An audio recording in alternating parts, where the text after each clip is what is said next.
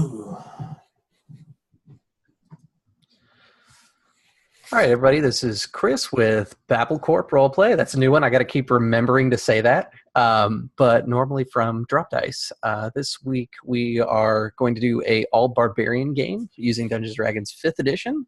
We're playing different types of barbarians and taking on a little swords and sorcery with a whole lot of heavy fantasy, because these guys were like, nah, fuck swords and sorcery races. We want monstrous races and stuff. So let's go around the grid here and talk to everybody and see what everybody's playing. We'll start with Marquise, if you would. What's up? I'm Marquise, obviously. I'm going to be playing a centaur barbarian who follows the primal path of the zealots. His name is Storms Heaven because he's literally only here for that one purpose, to storm the heaven of the Yellow King. Awesome. Jason? Hello. I am Jason Osorio with Concepts and Characters, and I will be playing a black-scaled dragonborn barbarian named Braun the Breaker Havilar, and he is a ancestral guardian barbarian. So when he gets pissed off, the spirits of those he has slain in battle tend to congregate around him in this haunting choir, and he's going to bring that haunting choir to meet his enemy, the Yellow King. Awesome. And Lewis? I am Lewis from mostly occasionally showing up on Chris's channel. Today I'm playing Meirunha, the Tiefling Barbarian Totem Warrior. Straight eagle, everything eagle, but screw eagles. Eagles are lame. Dragons are where it's at. And she's going to bring the dragon fire of her people to kill the Yellow King real hard. Just murder him. All right, perfect. So... see, this is why I like having the overlay, because I actually have your guys down there. What was yours, your spelling for your character, Lewis? Okay, M-E-H apostrophe. It goes downhill from here. Capital R-H-U-N-H-A. Meirunha. All right, cool. I was going to say, my son's got an apostrophe in his name, so I know where you're going. All right, so... The reason for your tribe's gathering is the same. The Yellow King. He's been a thorn in your side for generations, and for the most part, he's been kind of like the boogeyman, distant in his towers, manipulating things behind the scenes, and occasionally pestering the tribes, but never as influential as he's been in the last year. The Yellow King is said... breathed out a sigh after holding his breath for thousands of generations. His breath left his mouth with the wails of necromancers sacrificed at his altars. Those spirits created the banes of specters that visited your tribes, taking all of the children just before reaching adulthood. For humans, this would be about 14, but each of you is of various races that I did not look up age groups, so right before your appropriate age is when the children were taken from you. Anything younger than basically adulthood was taken away, and there's really no sign that anyone is able to have children. No one has bore another child since the Night of 1,000 Screams. Each tribe solemnly swore a blood oath that the Yellow King would fall for his crimes. You've chased him across the world, it seems, to his final resting place. You're now in the Blood Spire Barrens, surrounding his last bastion of hope, if you would call it that. The clans have gathered, but the first thing that we will see is not necessarily your characters, but kind of a pan over where we can see your tribes or you in front of your tribes. And we get a brief moment kind of showing who your tribes are before they go to war. Give me an idea of who your tribe is by name, as well as an idea of like any heraldry that might be displayed inside your camp, things like that. So, Marquise, you want to go first? Yeah. So the 12 great hordes of the centaurs, which that's not usually included, but the 12 great hordes are decimated. That's the best word to use to describe them. There's no longer 12 great hordes. There's barely one great horde, and the use of the word great is a great exaggeration on top of that. There are less than 100 centaurs left. Their camp is little more than some Spartan amalgamation of eating and sleeping, with no banners, with no music, with no festivities. The centaurs are a dying race, for when they lost their children, they lost much of their reason to live, much of their reason to want to procreate. They live now only for the sole fact they want revenge, and they have died in mass, in scores, to get that revenge. And when the camera pans over these last few centaurs, many of them can't even really be called true centaur warriors anymore. They have broken legs, they have flayed arms, they have wounds and scars horrendous and dark, and the results of eldritch forces far beyond what they first thought they would be running into.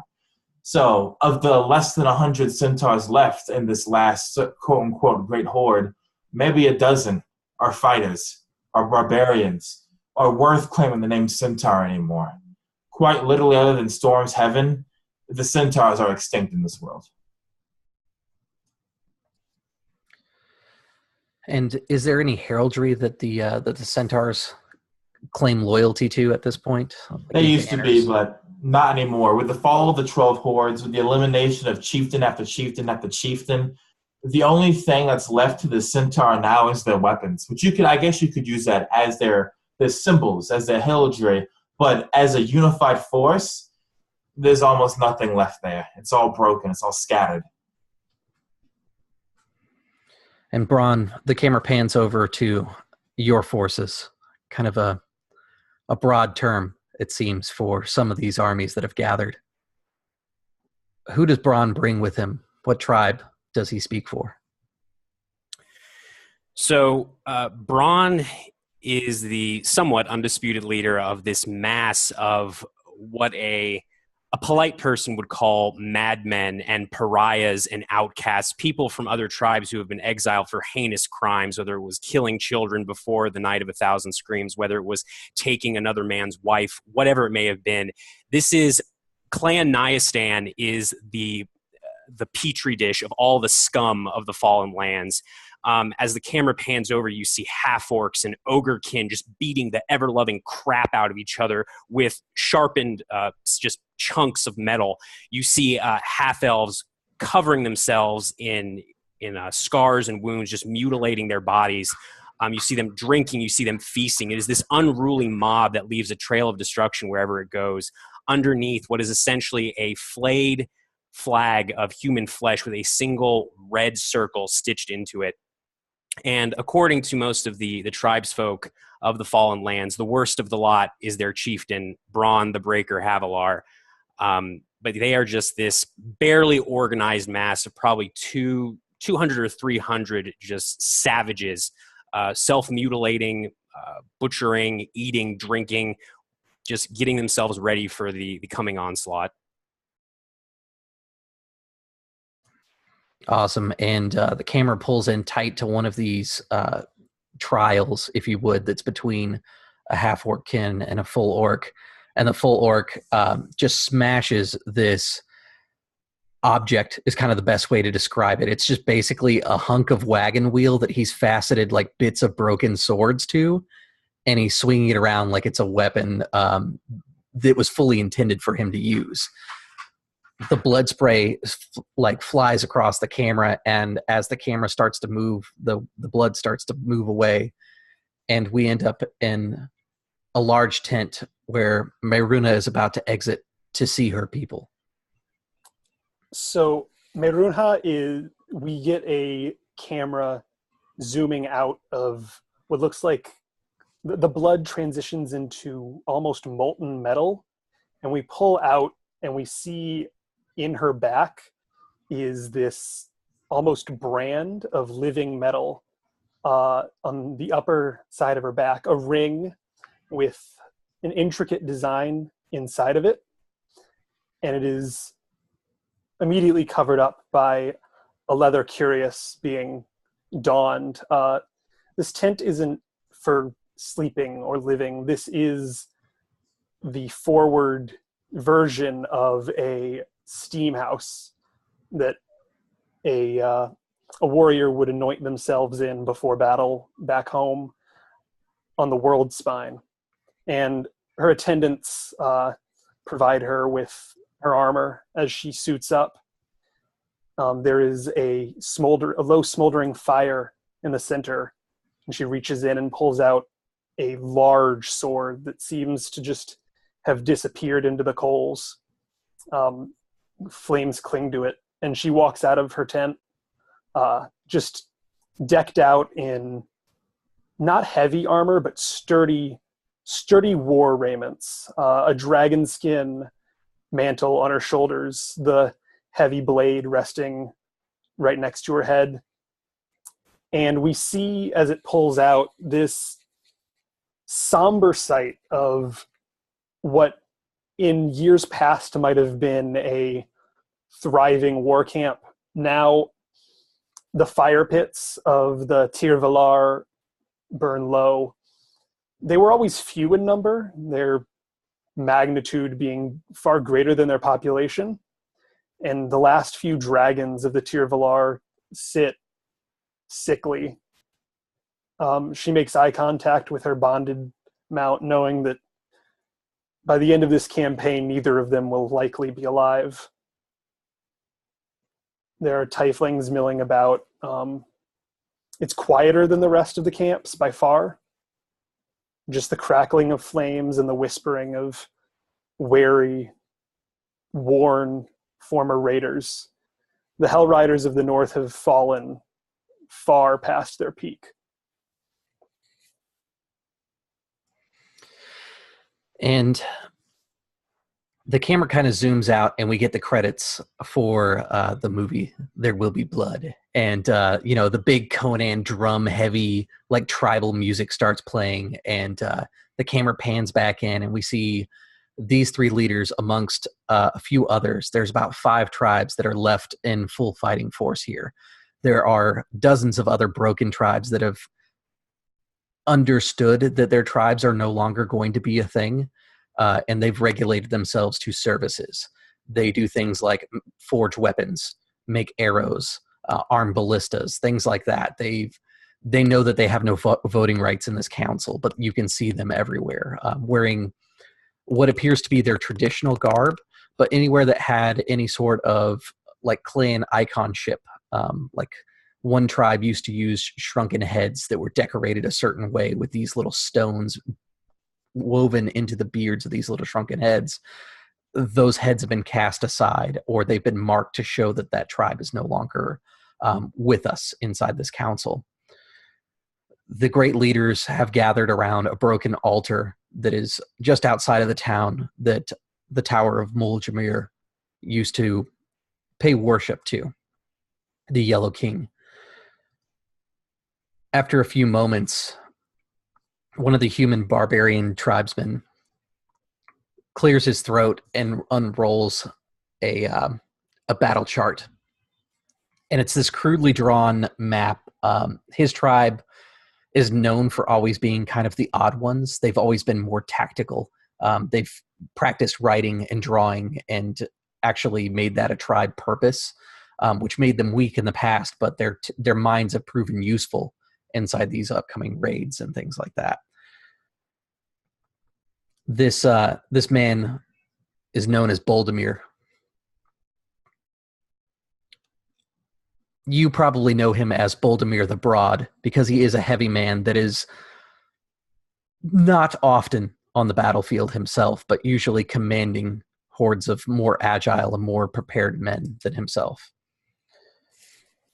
Boldemir unrolls the map, and you can see the tower has been marked, and there are a few other markings on this map. There's this lot-wide trench, and as you kind of look around, I imagine that that probably Storm's Heaven would probably be the one that notices, because your tribe used to be very strongly associated with the lands. You never found a need for maps because you were so closely bonded as centaurs. You can see the quality of this map. It's crude in its drawing, but it's accurate. And you can see where he's marked other units and things like that. Boldemir clears his throat and he says,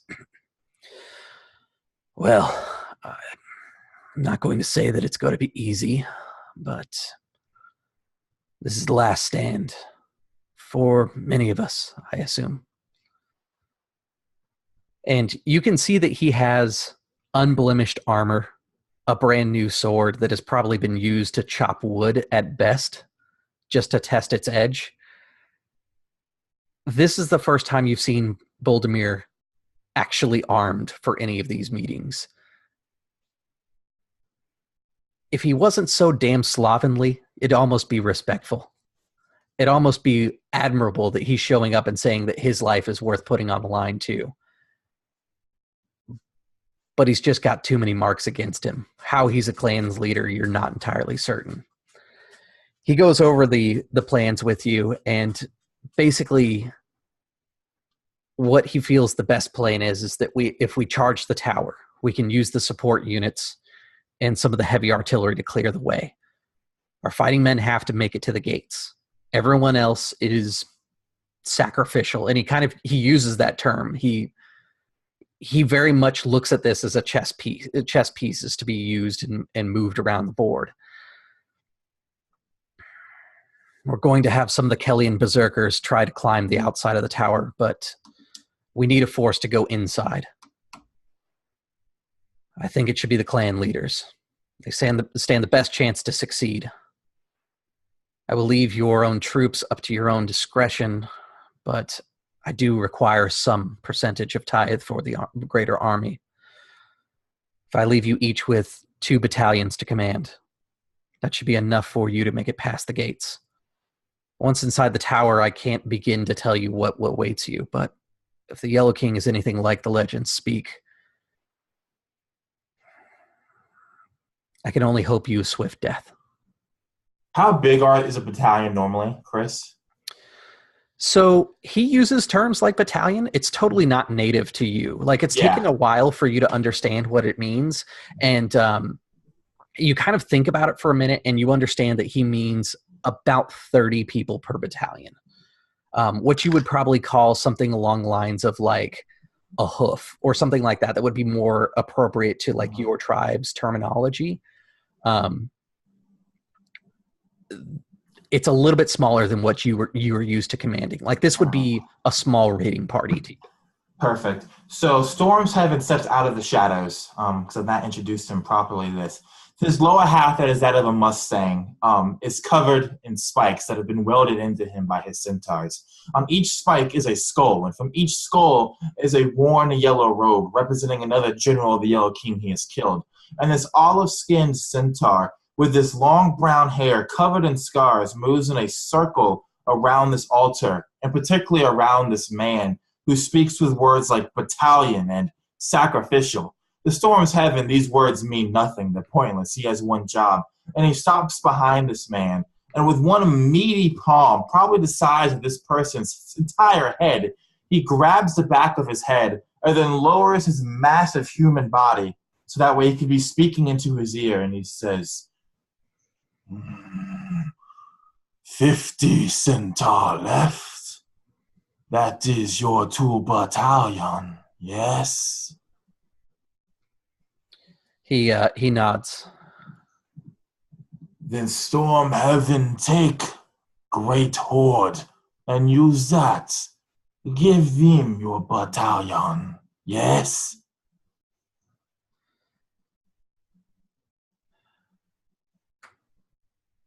So you can tell he's confused.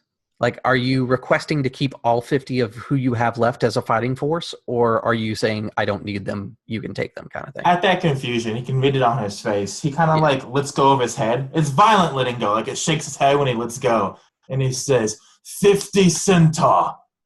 That make 1 battalion, as you call it, yes? No. He says no, 30. But you give us 2 battalion.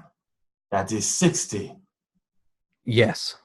Then I take 50, and you can give the other 10 to the woman with the horns or the scaled man. Yes? Very well.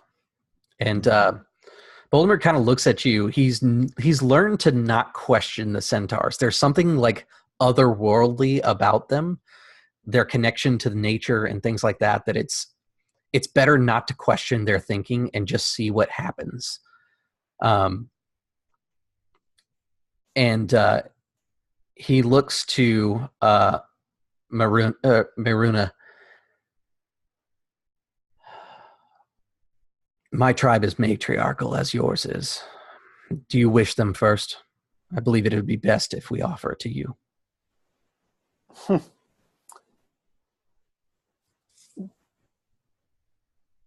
How do you say everything you say is wrong, Broad One? No, we have 4 more wings in the sky left to us. They shall carry my flight. Whatever ground troops you have can run in our wake if they wish to be. If you are offering your flight, then perhaps there's another way.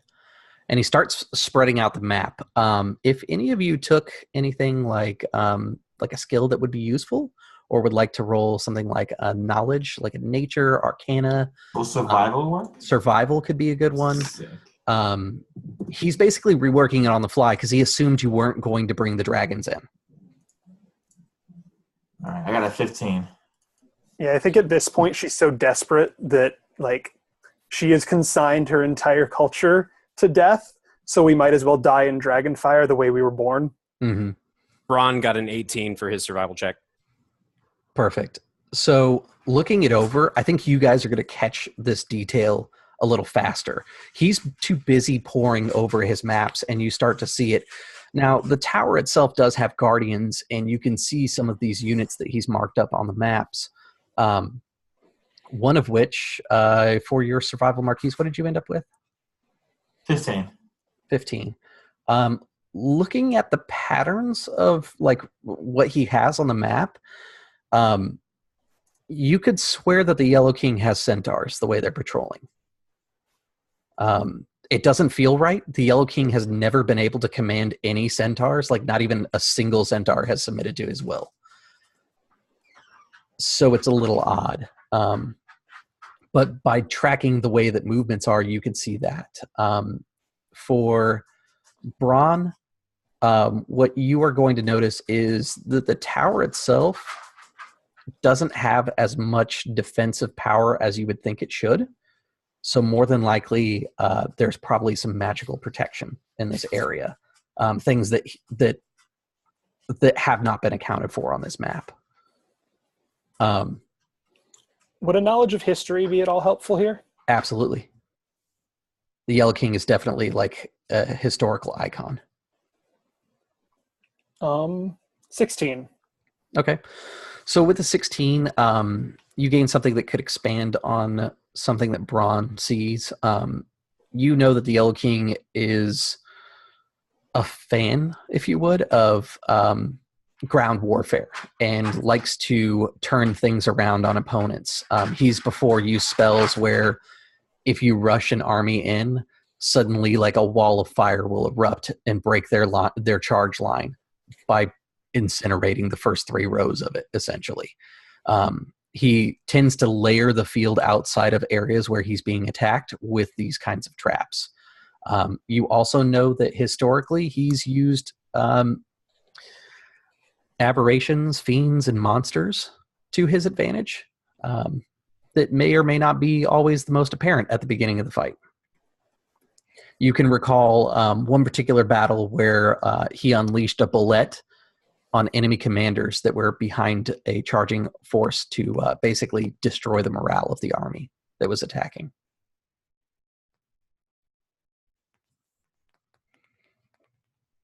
Storm's Heaven would stop this man from drawing the map, and he would take one massive finger and, with all the gentleness of an avalanche, shove it into the map where he sees those fortifications. And he says, like the sun, unmoving, unstopping, unstoppable. This is like centaur movements, like star through sky, cannot be halted. He moved like centaur, these troops, these lines. Not good. Wave of force, like a mountain falling here. and here. And he points on the map, those two areas where you said it was like centaurs were moving. And I think at this point, Braun would sort of step forward. He's about, I'd say about 6'1", just this surprisingly lanky with wiry muscle, this black-scaled dragonborn with almost like these catfish-like whiskers at the back of his fanged maw.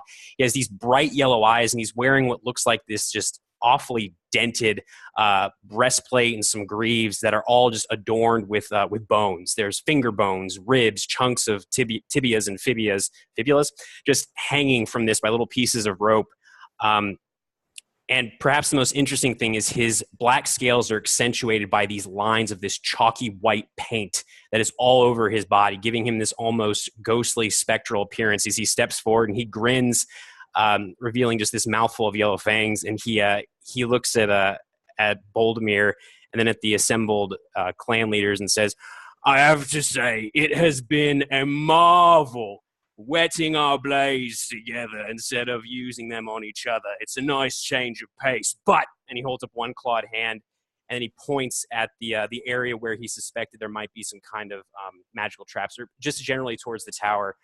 "The defenses on this tower with the incredibly complicated name seem a little light, don't they? I think it's because our magical friend has got some surprises for us. We should be..." And he kind of looks up at the roof of this tent, or I guess they're just outside by this altar. Kind of looks up at the sky and then shakes his head. "Cautious. If you want, I'd be more than happy to send my dogs to the front lines to lead the charge. That's what the Clan Nyasan is good for. That's the only thing they're fucking good for." And he kind of spits, and as he spits and it hits the ground, it sizzles with acid. Traditionally, in the Battle of Caramir, the Yellow King has a sick love for traps, walls of fire, and the such. He employs creatures from beyond the veil, things that burst from the ground. I'm sure we can rely on him to put dark comedy before strategic value. "Look at this. She's got beauty and brains. Hey, Maruna, would you be interested in being mine?" He stops and counts. "Let's see, you'd be wife number 4 if you're interested." And he kind of looks at the other leader. It's at his feet. "Wife no purpose, yes. She bear no children either, yes." And then Stormshaven, like, he steps forward. I imagine he steps on that spot where the acid is. He doesn't, like, flinch or anything. It, like, cracks the ground with it because it's already weakened. And he says, "He make magic in old battle, King of Yellow. He put traps in every battle, King of Yellow, yes? So we charge forward to gate or tower or where mountains are, or we fly, their trap, their magic, yes?"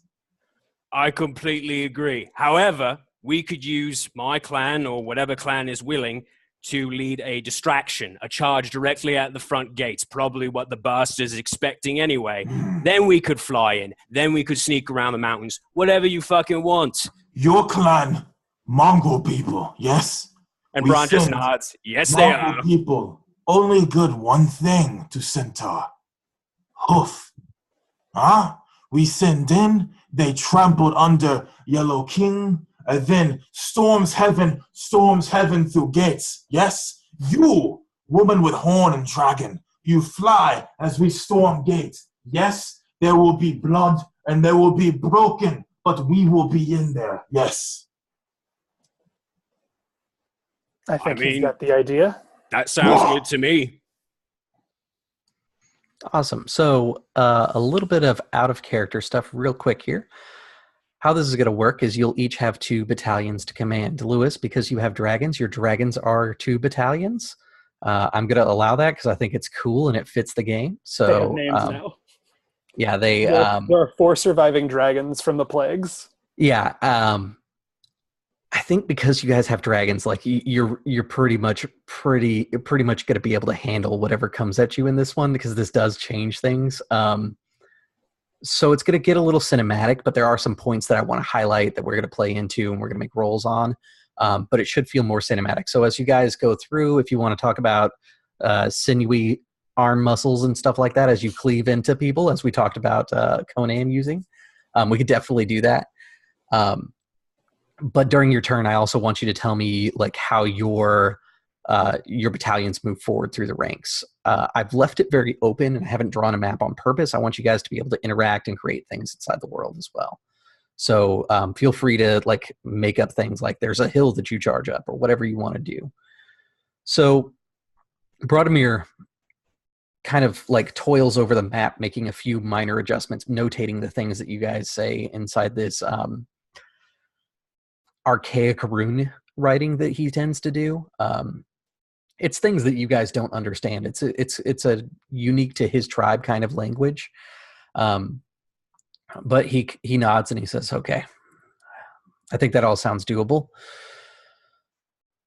Well then, and he picks up the map and he turns it, and for a moment the map takes up the whole camera, and then the map comes down and we see the battle scene. There's just blood and gore. You can hear screams, and then he lets out a cry, and 13 scorpions that have been lined up with spears loaded into them fire off, and there's this rain of spears that blackens the sky. You can hear the thunderous pounding of hooves as the centaurs begin their charge. I'm going to jump right into the part where I'm sure Marquise is most interested of the fight. The other centaur force. So how do you approach this? I'm imagining that where they're holed up, it's actually like a trench, and they've been moving up and down this trench that you would have to go into to get to the front gates. So they designed it so that you would have to go into a trench. There's some archers along the top of it, and you have to like go up a hill, then down the trench, and then there are archers like as soon as you hit the top of the hill. So again, what's left of the Great Horde is here, and a good portion of that is defeated already. They're bleeding, they're broken from spells and magics worked before. These decrepit centaurs who storms heaven have taken to calling the stars that have fallen from the still bleeding sky are a half circle in front of the still healthy, still warrior tribe, still ready to slaughter you centaurs, at which storms heaven is at the front of, protected, of course, as all his people are. So as they move through, the centaurs that are kind of broken and part of the still bleeding sky will be the first centaurs to die. That is intended, because the centaurs behind them will learn how they died and then adapt to the type of warfare that they were fighting in. They will take note of what's happening and use these deaths to their advantage. Cool. In centaur belief, when someone dies and you see them die, you consume all that knowledge at that moment instinctually. So very cool. So as they crest over the hill, they see there are dozens of undead skeletons that have bows along the other side of this gap. The first one falls over, and as you begin to move closer, you start kind of engaging with this spiritual memory that is shared amongst all your people, or at least perhaps it's a belief. No one can prove otherwise, and no one would dare argue with a centaur otherwise. As you get over the hill, you can see what it is that you were so intrigued by.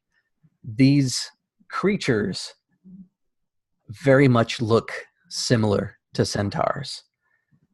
They are quite large, like horses, and have men-like torsos, except for they're twisted.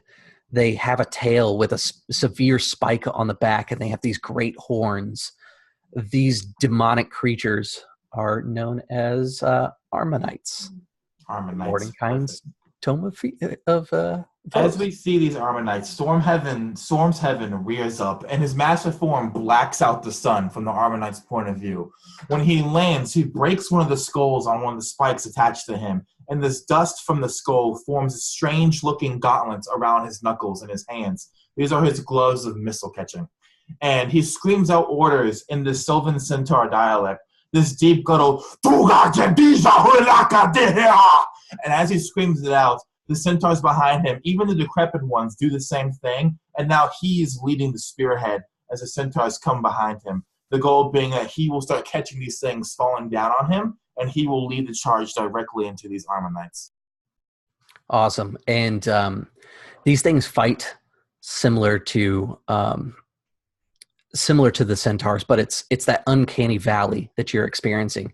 There's something unnatural about them. They grapple too much. They fight with their claws. They stab these stinger-like tails into your warriors.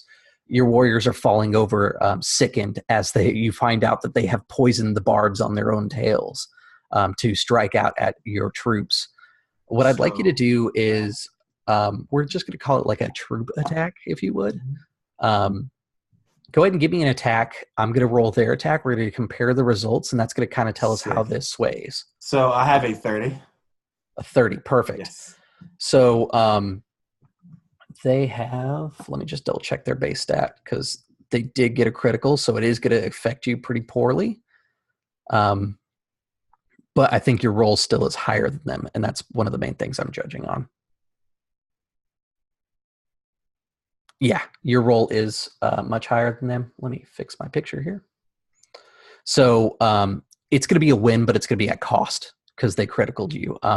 I think all of your weak troops are probably going to fall. I think that's a good place to start this negotiation. And then I think someone close to you is also going to fall. And that's the part that the camera is going to come in on. So to elaborate a bit more before I get into that, when centaurs do battle, it's like a river moving, right? They strike and then they move away and they loop around and they come back in, but from a different angle, and they keep doing that. And during one of these river runs, there is a female centaur. She's not one of Stormhaven's 13 wives, which are now all dead, but this female centaur, whose name is Morning Mist and the Empty Valley, has become very close with him. Almost like a sister-brother connection. And as they come in for one of these other loops, a speared tail from one of these armor knights thought dead shoots up and will catch her in the throat. And the blood and the poison will splatter over Stormhaven's face. And he will rear up again. And he will look down at her. And she chokes and she dies like that. There's no last words. There's nothing else. It's that absorption of knowledge. And he feels that blossoming love that she held for him awaken in his heart. And there's a thin line between love and hate.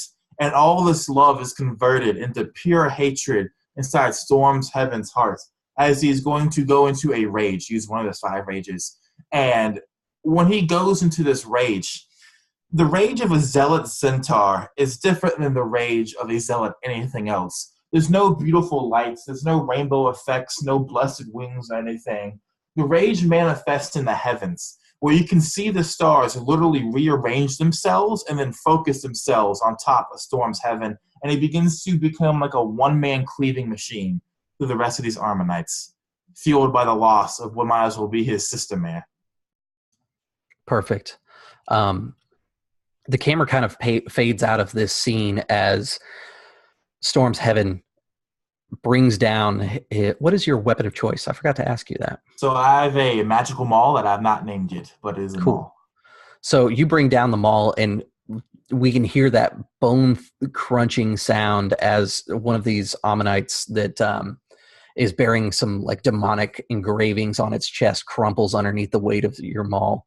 The camera just quickly does like a jump shift over to where Braun has taken his troops.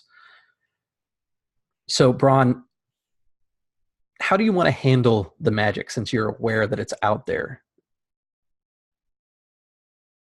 So I feel like with Clan Nyastan and, considering he has been their clan chieftain for quite some time, Braun knows that he is not going to get tactics. He's not going to get strategy from his own people. These are not, maybe not mongrel men necessarily, but these are the people that have nothing left to lose. And there is nothing that scares people really that have nothing left to lose, especially now with the added loss of their young sons and daughters. So I don't think he's necessarily going to handle it. I think he's basically going to tell his 2 lieutenants, a hulking male ogrekin named Orn Orphanmaker and a half-elven woman named Saressa Romath. He's just going to gesture to the 2 of them to come closer and then just tell them, look, we're not going to make this complicated. Just run them straight at the area where you think the defenses are weakest. That's probably going to be where the magic's going to go off. And he looks at the half-elven woman who sort of smiles at him, and he grins back. Try not to get yourself killed. I'd hate to have you join the choir of the dead. And then he just dismisses them as Clan Naya stand with this flayed human skin banner with the red ring stitched into it just charges towards what would be an area that looks more or the most lightly defended, knowing that they are probably in all likelihood rushing towards their death. Yeah, there's like this little land bridge that goes over the gorge that the centaurs are now raiding, and your legion just charges full bore into it. And I imagine the first thing that goes off, 100% true to what you were told, is a wall of fire, and your psychopaths just run through it. Some of them die, but some of them make it through to the other side and just continue charging. And it's like storm after storm of spell goes off in this area. There's acid arrows flying, like conjuring of small animals and things like that. Like there's all of a sudden 14 air elementals out there, and your hordes are being spread out, having to fight these creatures that are trying to herd them into other trapped areas. You can see that there is a sorcerer across from the bridge, that there is something strange about this creature. It is definitely working magic. You can see it doing its profane movements, but it has like these elongated fingers, and it's hard to tell exactly what it is from this distance. But you can tell that it seems to be the one that is manipulating the traps in this area. So what do you want? Let's do a save for your troops. I think that's probably going to be the best thing to determine like how bad this ends for them, since they didn't exactly use tactics. What kind of save are you thinking? Just use a con save off of your character. Okay. Actually, no. Let's make this a sanity save. Oh, okay. So is that a wisdom save? No, the sanity score, whatever your bonus is, you would add that to your roll, plus your proficiency bonus if you have proficiency in sanity. I do not, so I am adding nothing to this roll. Cool. That is a 19, though. That's actually pretty good. Awesome. Okay, yeah, like there's a moment where you can see them start to slip into madness, but it's not an unfamiliar madness for these men. They tend to go into blood rages and things like that, but you can see them kind of come back around. Like they're batting the flames of magic off of themselves. They're smashing into these like undead creatures and the air elementals that are in front of them. Your men hold the line and do not break. And I think Braun would just sort of say, just shouting out in this booming voice as he sees this happening, just says, "Come on, you lot. Remember, I know what's on the other side. You do not want to see it. Kill these fucks." And then he just watches them just demolish whatever else is in their way, or attempt to anyway. Perfect. And it's going to shift over to Maruna with the flight, I assume. Yep. The four remaining dragons with their raiders on top. Awesome. So there's a few different things you could probably do with dragons. I'll let you get creative. You can clearly see the battle lines in front of you. You can take care of like any sort of the scenarios, help out with any of those. I will tell you that the centaurs look pretty doomed right now because they took a really bad hit. They seem to be kind of winning the day, but they've got archers like raining arrows on them, and it's just not a good place for them to be. I feel like that is definitely the thing that the dragons are here for, to provide some advantage that the Yellow King doesn't have. And so turning around on the back of Vishkal, this gigantic like red beast, that's a bit slower than he was in his youth. She shouts in, I think in Draconic is the preferred language of her people. "We will ride one more time!" And she directs the two smallest, Groshek and Koshi, to assist the idiots on the front lines, while herself on Vishkal and two warriors on the back of Abalar go assist the centaurs, trying to take the archers out of the equation. Okay, cool. So I think probably an attack will be be sufficient for that. All right.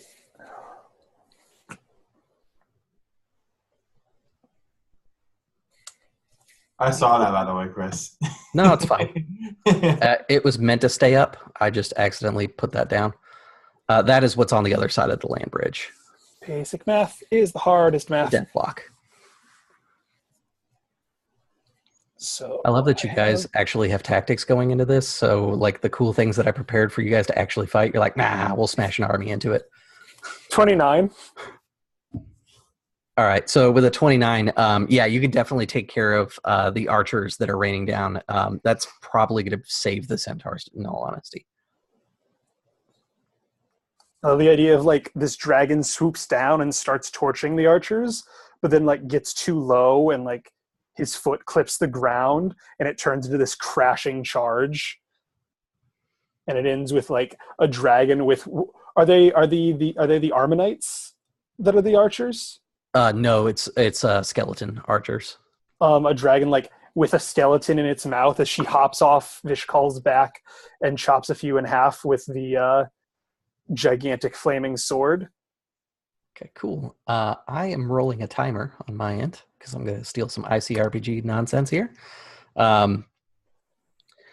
So this is like sword and sorcery style. So you can hear this ominous like chanting begin. It's this and it's in the wind. Like you can't really determine where it's coming from. So my timer has started. Because I'm fair, it's on 3 right now. Cannot wait for this video swarm to come.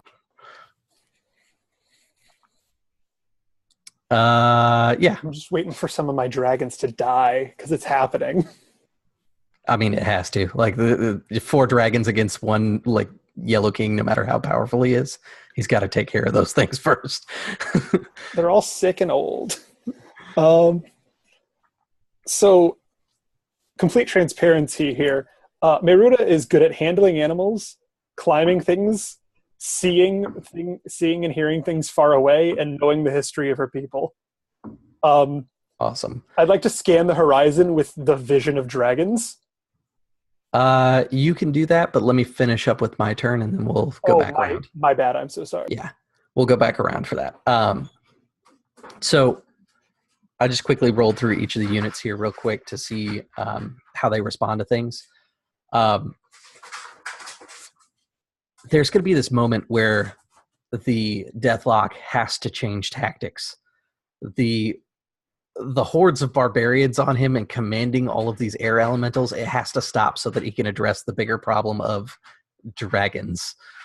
And you can see the Deathlock take his hand and make a fist, and all of a sudden the air elementals that were the biggest problem in this fight are gone, and the Deathlock changes his chanting, and it starts to kind of follow the chanting that is inside the air, but it changes slightly. You can hear that my dog's clicking in the background and not stopping. But aside from that, you can hear like the sound of buzzing, like electricity in the air, like the sound of a storm when lightning is just about to hit. And then all of a sudden, I need a save from Maruna. I may be using some 2nd edition spells on you guys. You got it. It seems like the most sword and sorcery thing there is. Yeah, no big deal. What kind of save? I need I think dexterity is probably the best save for this. All right. This is for some reason relevant. Can I sense the thing? We're all barbarians. I mean, you know a spell's going off. Yeah. Okay. Yeah, there's the Deathlock's not doing anything to hide that it's casting a spell. What's a 9 do for you? A 9, unfortunately, doesn't help you. So there's this great spell in 2nd edition, which basically what it did is it created a 100-foot wide column where gravity was reversed. Your dragons find themselves suddenly on the ground. The weakest of them is crumpled upon impact. It hits into this like dune, and you see like skeletons and humanoid barbarians that are working on your side, just flying all sorts of different directions. Your dragon lets out a final breath as it hits the ground and flops over, but it's not like an aimed breath. It goes like halfway in the air and it whips around and it destroys like this little outpost building as part of the process. It indiscriminately kills about 100 people in the process. Whether it's on your side, their side, it didn't really matter. This dragon was not going down without some sort of retaliation. Yeah, that's the anti-gravity spell. It's a fun spell. May I ask, am I in that anti-gravity spell? Yes. So I do need sorry, you already made a save. So your save is a failure. You are going to take, let me just do the quick math here, because I forgot I'm maximizing everything just for ease of play. 64 points of damage. From hitting the ground? Yes, that would be that would be bludgeoning damage. I'm gonna fly. That will not help you in this situation. Okay. Basic math, hard math. It would help you next turn. And this does stay for concentration, so if you would like to not be affected by it, you will have to make another save next turn. Awesome. Reverse gravity's dope.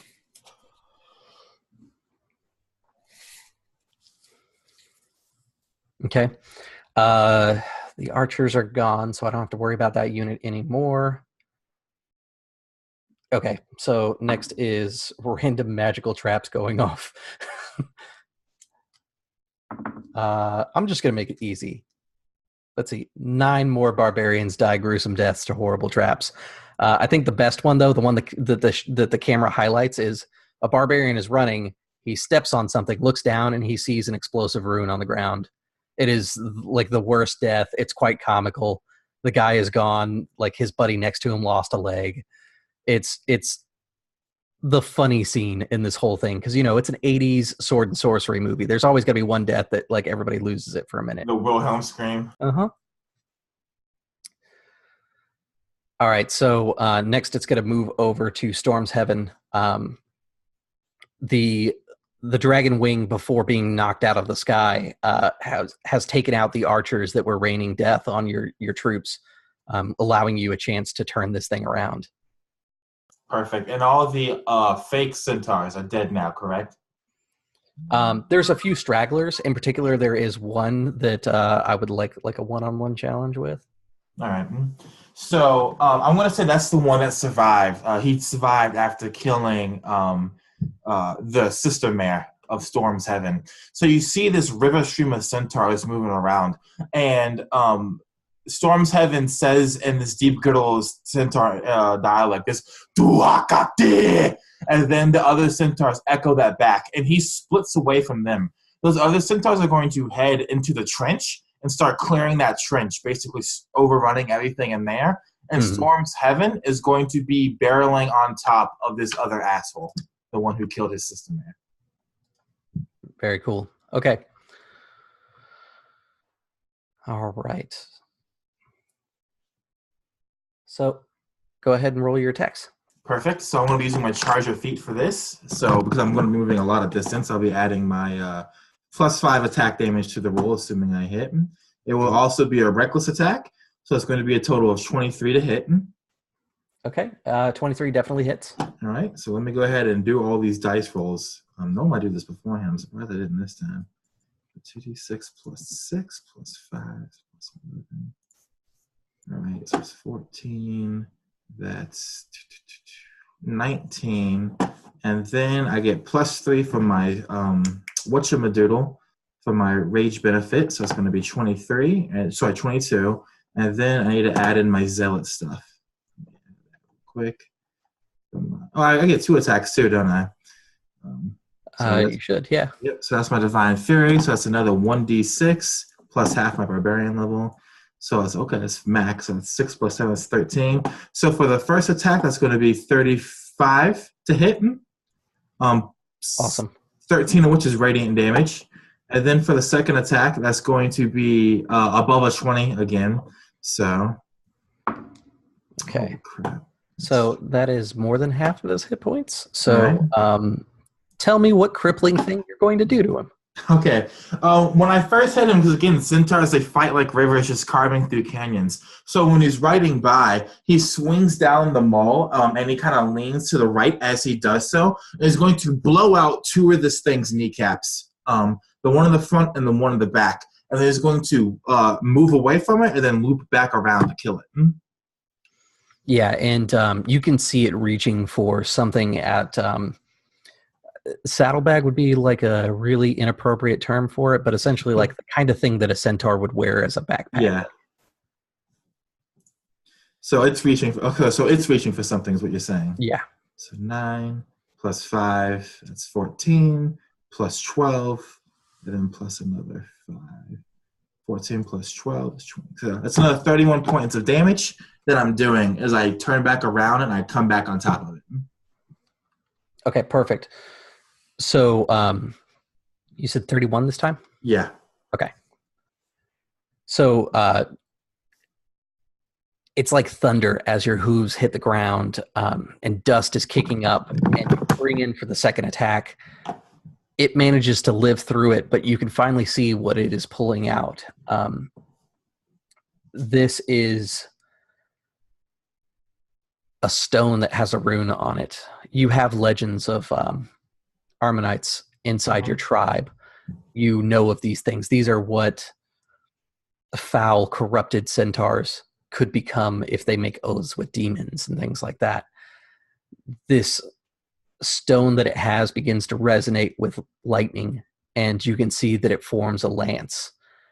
Instead of lining up its attack against you, it throws the lance at your horde that is charging downstream and killing its people.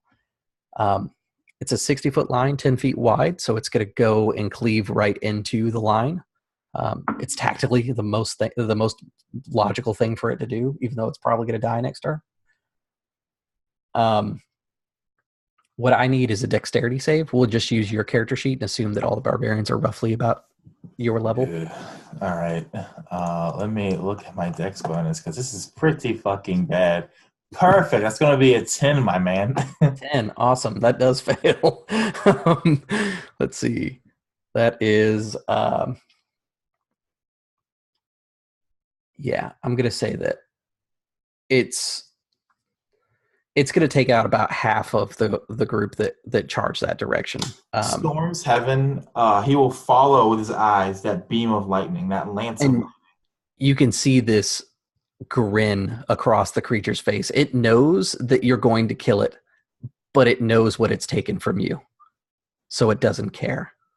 And Storm's Heaven freezes, and he looks up to the stars again. Do I take another turn to kill it because it's a 1v1 or no? Yeah, absolutely. Let's finish it. So he looks up. It's got 3 hit points left. So perfect. To the stars for a moment.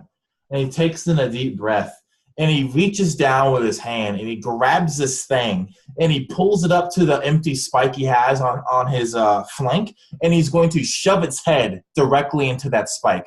Just shove it all the way in, obliterating the jaw until basically the spike severs the head from the neck. And then he will let the rest of the body fall. If you want me, I can roll to hit and all the damage on top of it. I don't think so.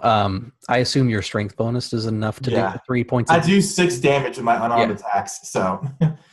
so it'll be enough. I think cinematically it makes sense. He's got broken legs. He's technically immobile, so you. But the one thing he doesn't do is he doesn't look at it as he does it, because even these fallen centaurs, you can still take on their knowledge, and he lets this thing's knowledge be lost in the space between stars because he doesn't watch its death, and then he goes to join his crippled people. Yeah, the bolt doesn't just streak through your people. It streaks through the other Ammonites, and they're not exactly immune to their own attack. They've taken severe damages as well. Your troops that are left are kind of cleaning up what's left here, but the toll has been taken. Breaker, we come back in on the Nyastan as they just roll their faces into everything in their path. The gentleman that we saw earlier, with the broken like cartwheel with shards of metal just like attached to it, is taking this thing like it's a claw across somebody as the camera comes over, and he takes 3 arrows and takes his other meaty hand and just breaks them off. What is next for the Nyastin clan as we pull into them? So just to clarify, I know you said the Deathlock turned its attention towards the chanting, but is it still there? Is it still across the land? Yes, it is absolutely still there. You can tell that it's holding a spell right now, which is what's hindering the dragons. Gotcha. So I think by this point, Braun, Orn, Orphan Maker, this hulking ogrekin, and Ceressa, the half-elven woman, would have joined the fight, probably at the rear, just sort of making sure that what's behind the members of Clan Nyastin is more fearsome than what's in front. And Braun, when he hears this humming, he sort of chuckles and just shouts out, he's like, "Oh, that's some pretty music. Let's show these fucks what music we make." And they just all start screaming, just this high-pitched wailing of loss and rage and pain. And Orn, Orphan Maker, this huge ogrekin with just like this, it's almost like a log carved with runes, just surges forward towards the Deathlock, and the bulk of Clan Nyastin follows him, and they're just going to attempt to obliterate this undead spellcaster. Okay, definitely. Yeah. Give me an attack roll.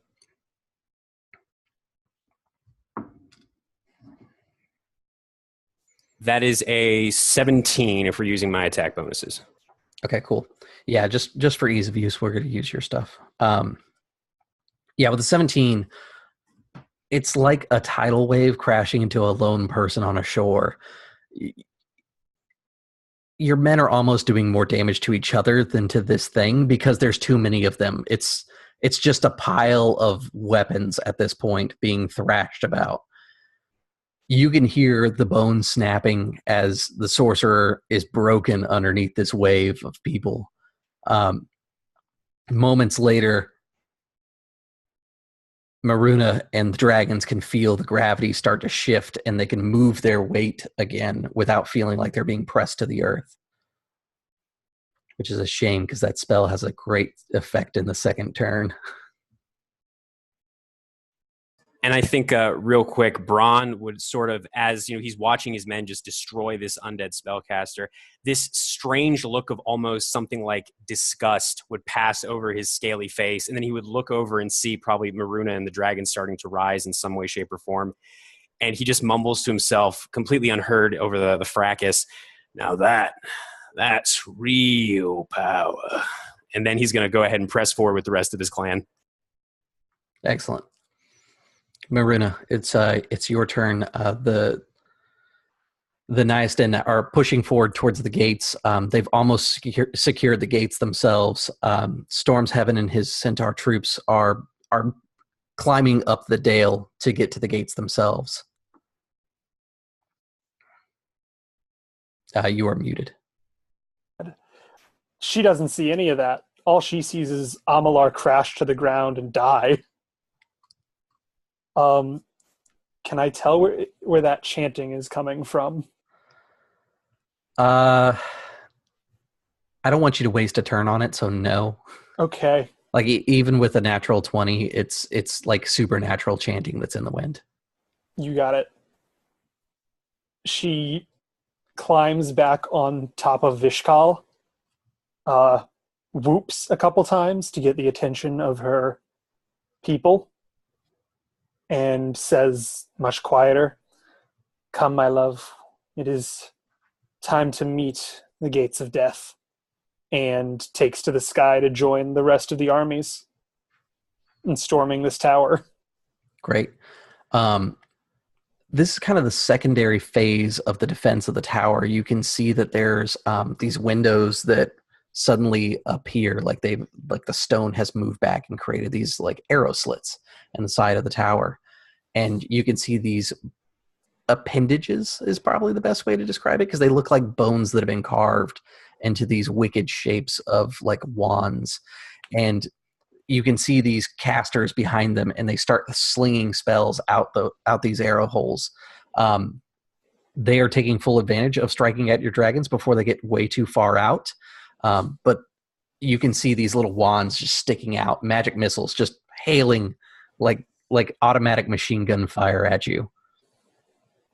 It is going to take out a second dragon. Of course it will. And the two that you have left are pretty poorly damaged, or pretty badly damaged, if you would like to do something with them so that they may live.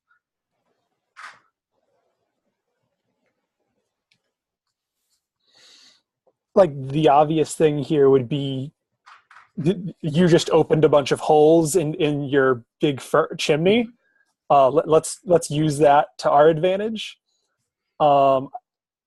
So we get the scene of like there's a gigantic like black scaled one that just crashes to the ground, its chest like ruptured and disease and sickness leaking out, its riders crushed underneath it.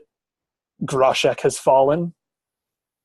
And the battered Vishkal and Koshi like grab onto the side of the tower and just start pumping it full of fire.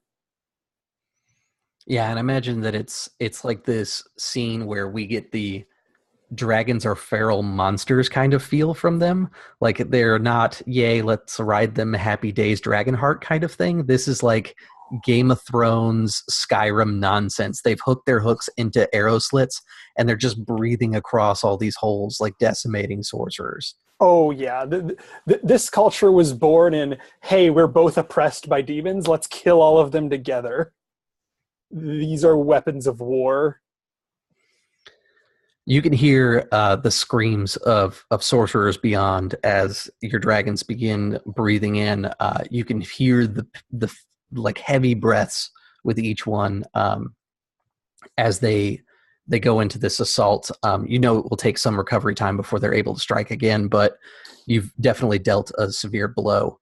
The timer will move forward. So we are at 2 now.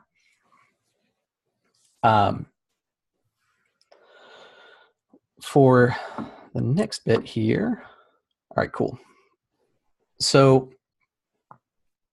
the Nyastan tribe has made it to the gates, and there's no caution to them. They have their sails full of energy, gore, and death, and they just charge right to the doors, and they begin breaking out axes to try and take down the door. Those, like the ogres that have brought these gigantic, like tree timber executioner style axes, are going after the door, but as soon as they hit, the first ogre hits it. It is knocked back 100 yards, impaled on a scorpion strike as it shoots arrows across the field. There is a wall of force on the door. That's how you find out. Next up is going to be Storm's Heaven.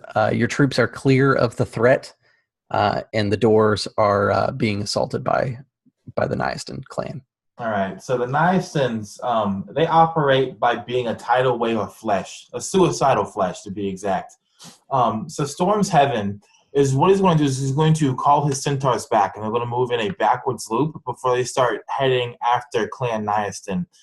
Basically what we're doing is we're going to let Clan Nyastan suicide and break the wall of force, and then charge through the opening they create. Awesome. For sake of kind of giving them a movement, would you like to say maybe it's like a dodge, like they're taking cover? Yeah, we'll say that dodge is working. Stuff like it's that. It's because of like how fast they're moving and these kind of like weird loops they move in. We'll just keep them aloof of danger for right now. Yeah. Okay, cool. The Nyastan, the newest barrier.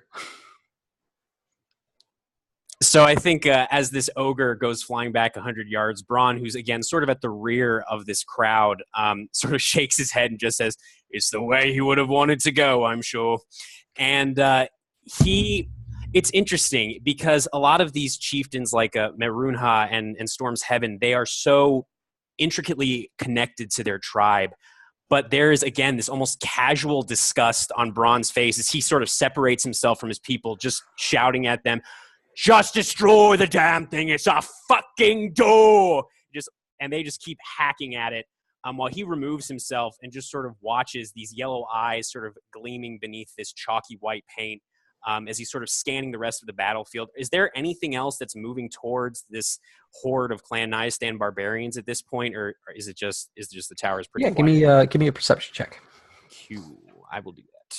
Perception. Oh, it was almost a 15. Instead, it was a 5. Okay. So with a 5, you scan the battlefield. It's too chaotic. It's hard to say that anything is necessarily surging towards you or away from you. There's after a certain distance, a skeleton kind of looks like a man, so it's hard to tell which forces are which.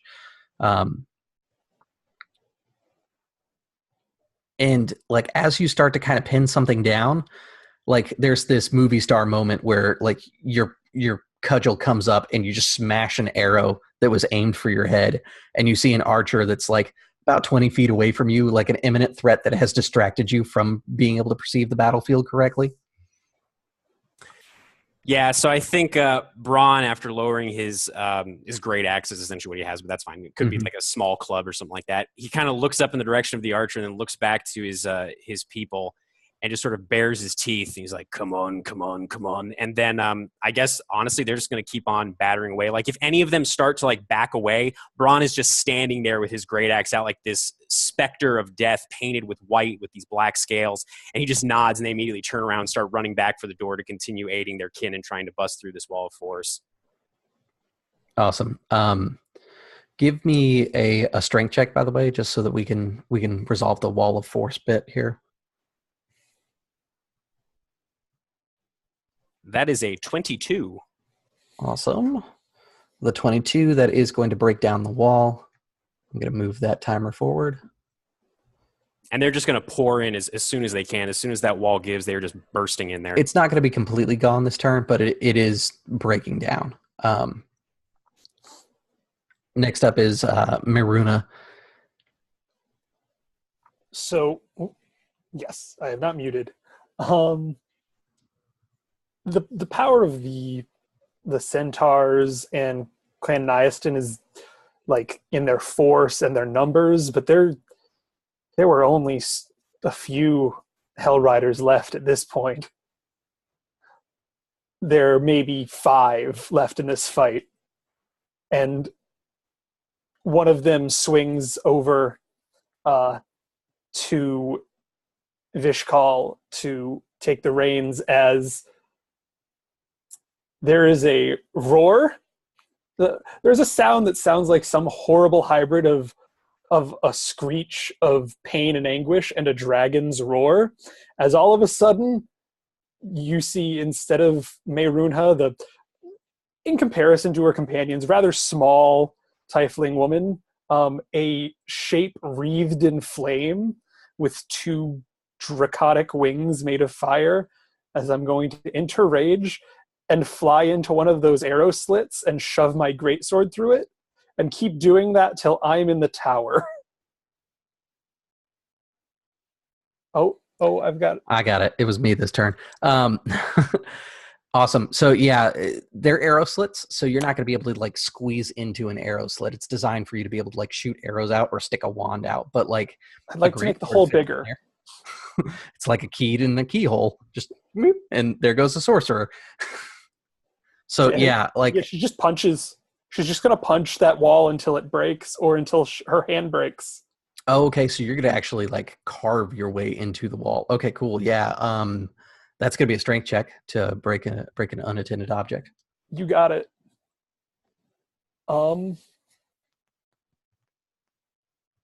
Is that athletics or just a raw strength check?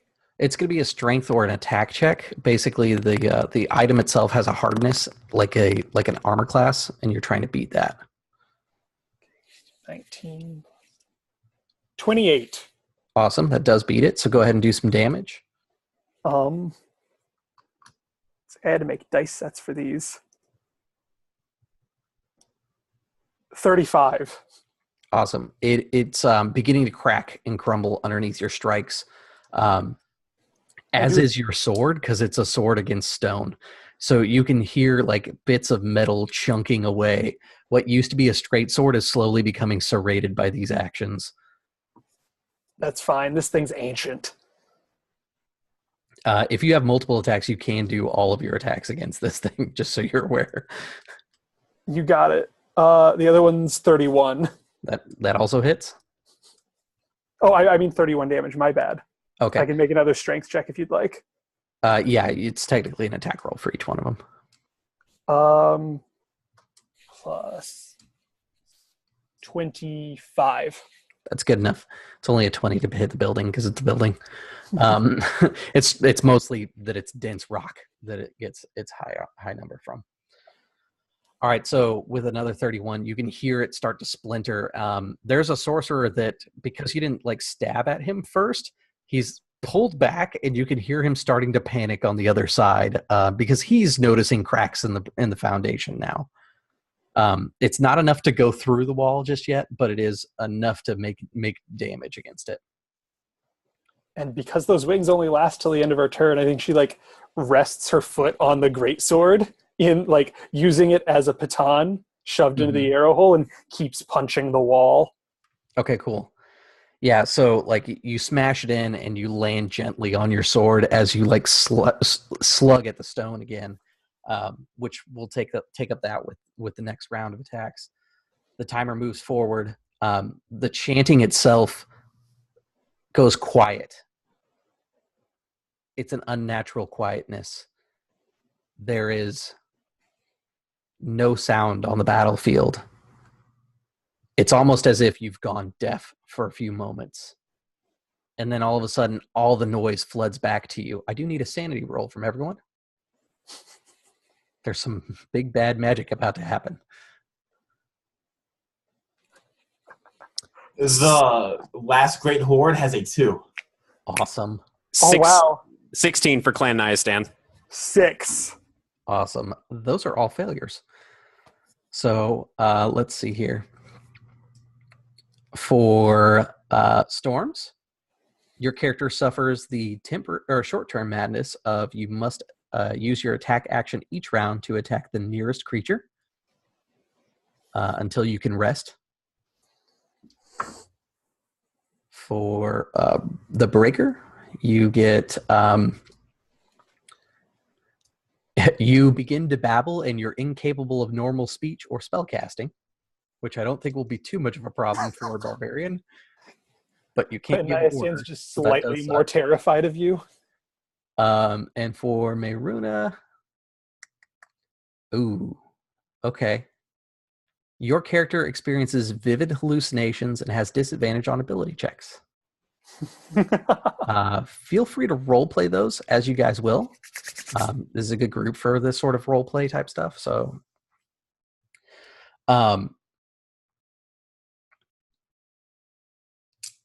yeah, another wave of magic missiles is going to go out. It's going to strike down one more dragon because they have to target the dragons. They're too much of a threat to let them go. I feel like for thematic relevance, Vishkal has to be the last one to die, so Koshi is on the ground. Okay. So, yeah, it's a much smaller amount of magic missiles that get launched towards this dragon, but it's definitely enough still that it brings down the dragon. This death is a little bit more dignified. The creature hits the ground and it begins to strain as it gets back up, and it falls back down again and lets out a heavy sigh. No explosion, no disease pouring out of it, just a quiet death on the battlefield. All right, so Storm's Heaven, it is your turn. So imagine this streaming warband of centaurs. Now imagine the entire streaming warband of centaurs has to slaughter everything that they can see because they all share the madness. And so they stop looping and they're going to jam themselves directly into the ass of clan... what's your clan name again, my man? Nyastan. Nyastan. They're going to jam themselves straight through clan Nyastan's ass cut a canyon through them and just basically obliterate what's left of this wall of force, killing everything between point A and point B that they can touch.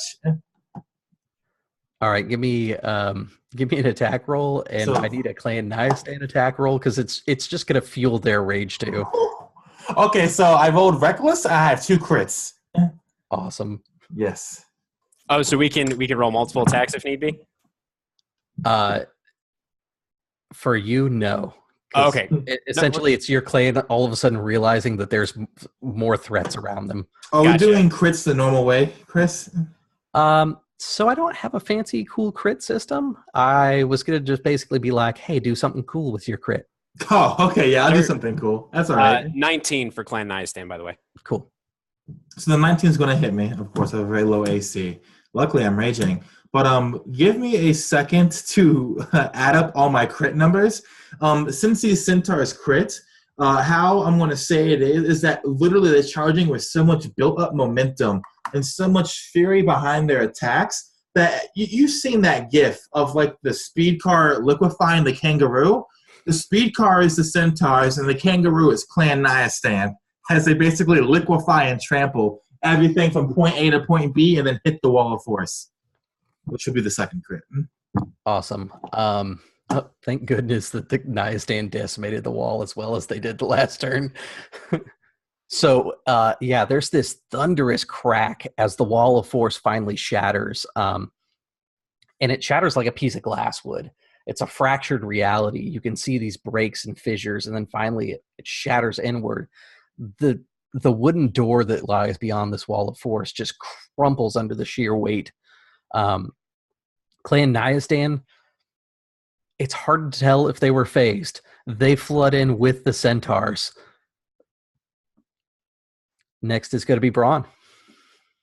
So I can almost imagine, like, as they receive this just devastating charge from the rear, that like Orn Orphanmaker, the ogrekin, just sort of looks and is like, huh, that's weird. And then he's just going to like keep swinging until this door just breaks. And they're still letting out this, it's almost like this howling wind of a battle cry, just full of all of their desperation, their need to belong to something after they were cast out of their various tribes and joined this shit heap of a tribe, essentially. And so they're just going to flood in. And meanwhile, Braun sort of watching this is like, huh, that's a little weird. And then he's going to just sort of walk, almost sauntering, this 6'1", just wiry, lanky, black-scaled dragonborn with his great axe slung over one shoulder, just walk towards the rear, I guess, of where Storm's Heaven centaurs would be. And as he does, oh no, he's muttering gibberish. That's right. So after he says that's weird, he notices that his mouth is just starting to move and sounds are just coming out. He's just like, he has no idea what he's saying, but he doesn't care at this moment, because he closes his eyes, and anyone in the immediate vicinity would see these blue ghostly figures of his 2 sons that were slain by the Yellow King's breath, essentially. They would see his wife. They would see all of these people that he has slain just gather around him as he is also going to rage. But his rage is just this choir of the dead, of these people that he is haunted by, just swirling around him. These are not ancestral guardians. These are the burdens that he must bear as he continues to walk towards the tower. Awesome. And Meyruna, the doors underneath you are open, but you were that close to just bursting through a wall. Doors are for people who can't fly. Screw this wall.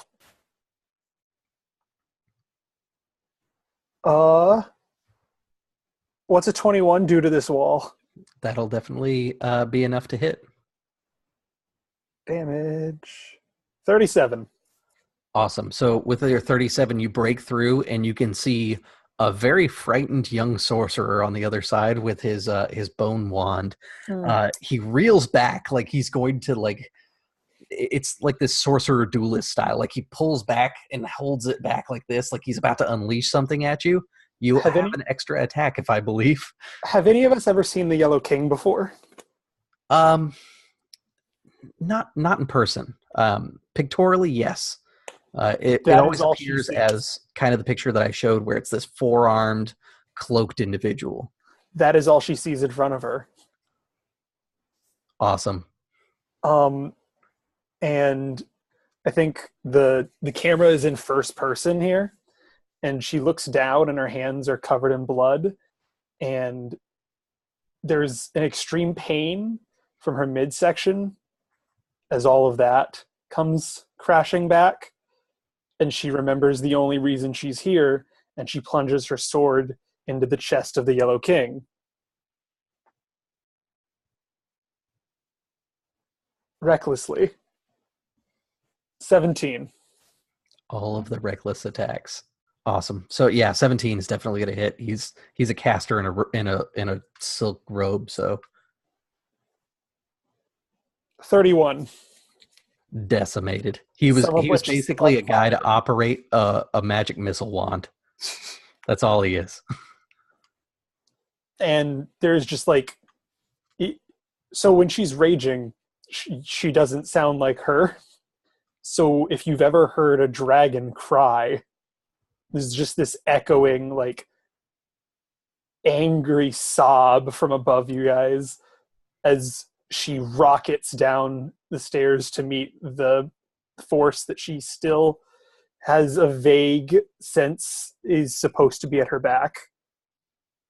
And everywhere she looks, she sees the pallid face of a dead child.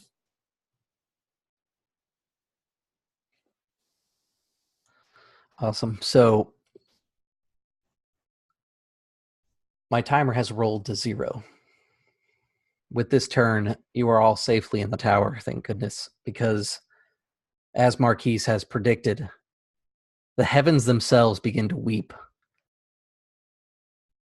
The sky turns red with anger, and 1,000 sparkling lights of stars falling to the earth come down.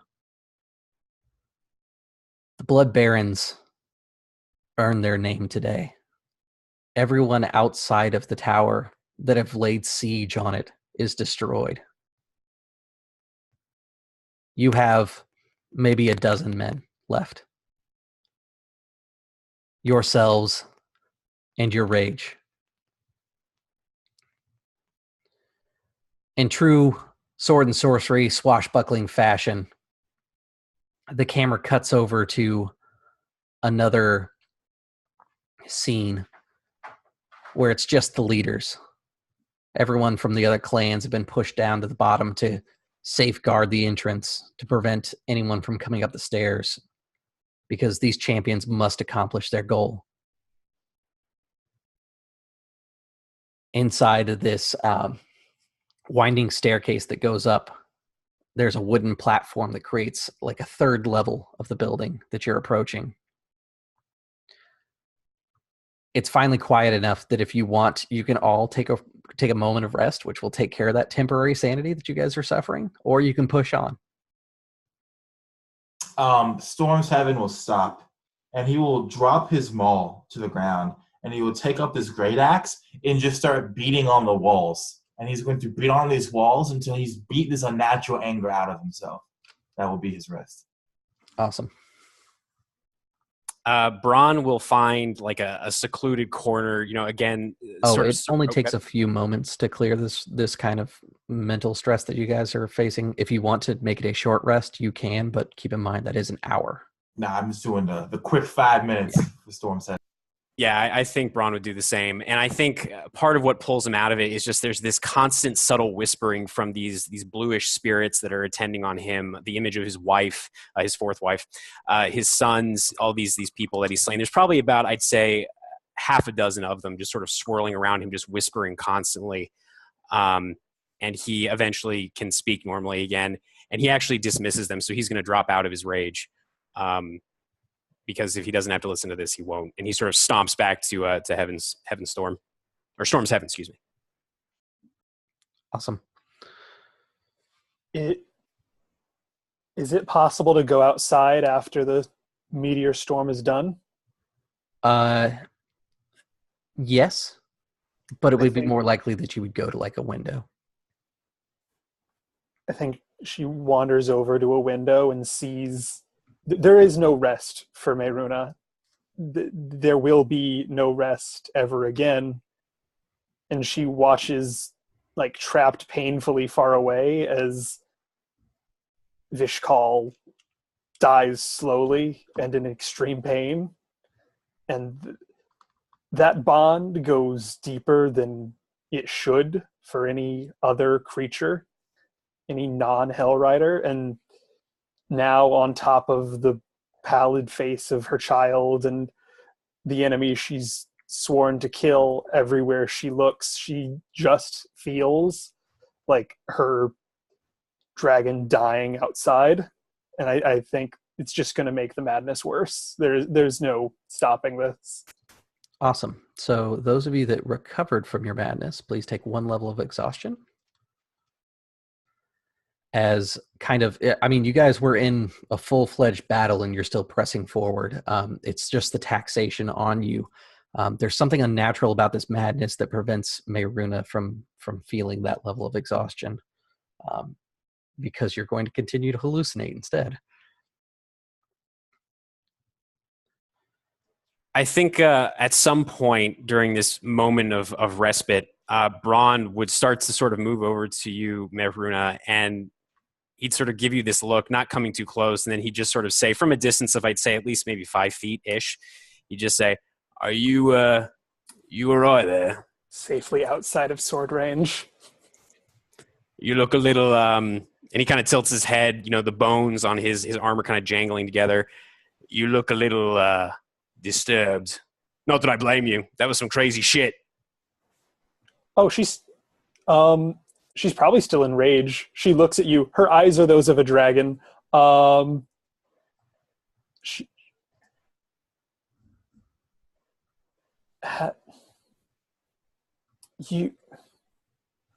you ever felt yourself die?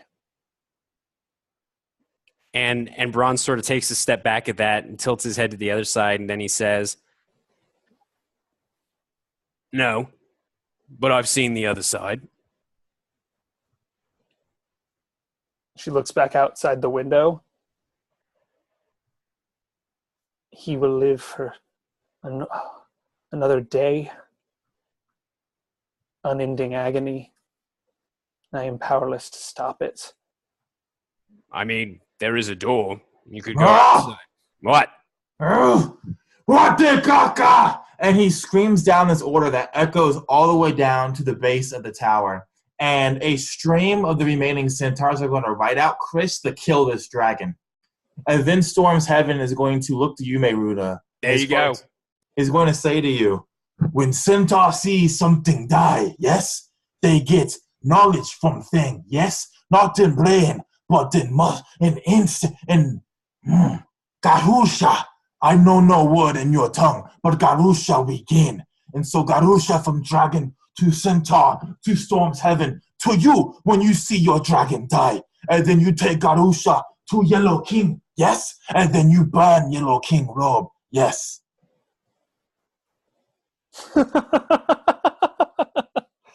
You laugh. Horn woman, laugh. Why? She's crying.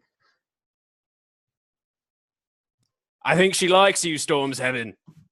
And Storm's Heaven's going to move over to you. You're on fire when you rage, right? Oh, yeah. Okay. He reaches through the flames and grabs your chin and lifts it up. And he says, Garusha, you have. Now, I see an eye. I know.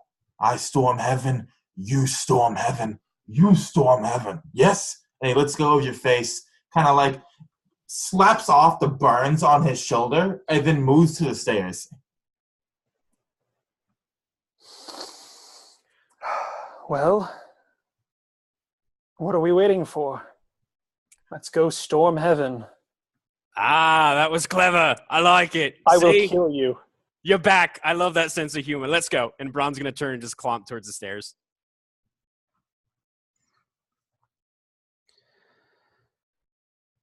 So, moving towards the stairs, it's this feeling that the stairs will never stop, that they just keep continuing. You rise higher and higher into the tower, and we see these momentary glimpses where skeletons come charging after you, and it's like comical as you guys kick them over the edge of the stairs. And we instead see a moment that is from Meyruna. It's breaking into Meiruna's memories. Instead of climbing stairs, she remembers ascending a mountain. She remembers going to see her dragon, having the conversation, and the dragon being the one that has to tell Meiruna, you are bearing children.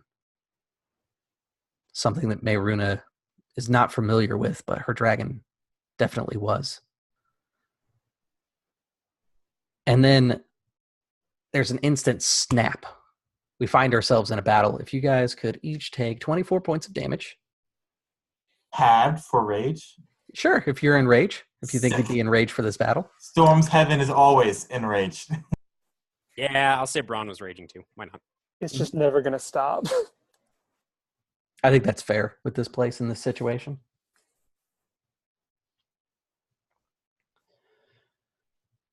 The creature that stands before you is this towering giant of a minotaur. You guys are seeing it, and it has these pustules along its neck. Those of you that have been fighting, tell me a little bit about how this fight has gone, because Meiruna is suddenly aware of the combat that's been happening around her. She's been completely oblivious until just this moment when the hallucination finally snapped. So, Storm's Heaven, what was kind of combat like at first here with this thing? What was the approach? You are muted. It's amazing to see something throw a centaur half as far and half as hard as his Minotaur did. But he picked up Storm's Heaven, and he smashed him into the wall, not once, not twice, but 3 times. And every time he did so, Storm's Heaven rose again and again, just to be smashed back down. But as he was being smashed down, Storm's Heaven was screaming out these chants. And these chants are chants that you would have heard, the Breaker. And the Breaker would have seen that Storm's Heaven reached up with his hands and grabbed these horns and was wrestling this Minotaur down for you to eviscerate from behind. Awesome. So, Braun, I think we're going to come in with you launching the attack as Storm's Heaven is like holding it down. What I do need is initiative from you guys, because this one is like an actual fight and such.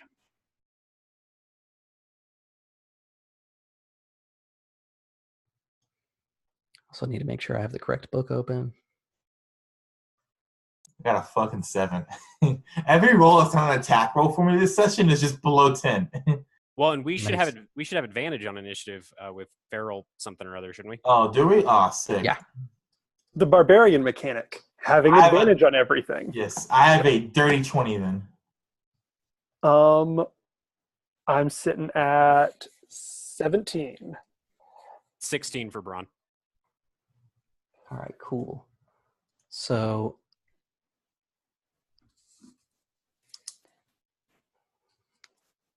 And we're fighting the Minotaur, correct? All right.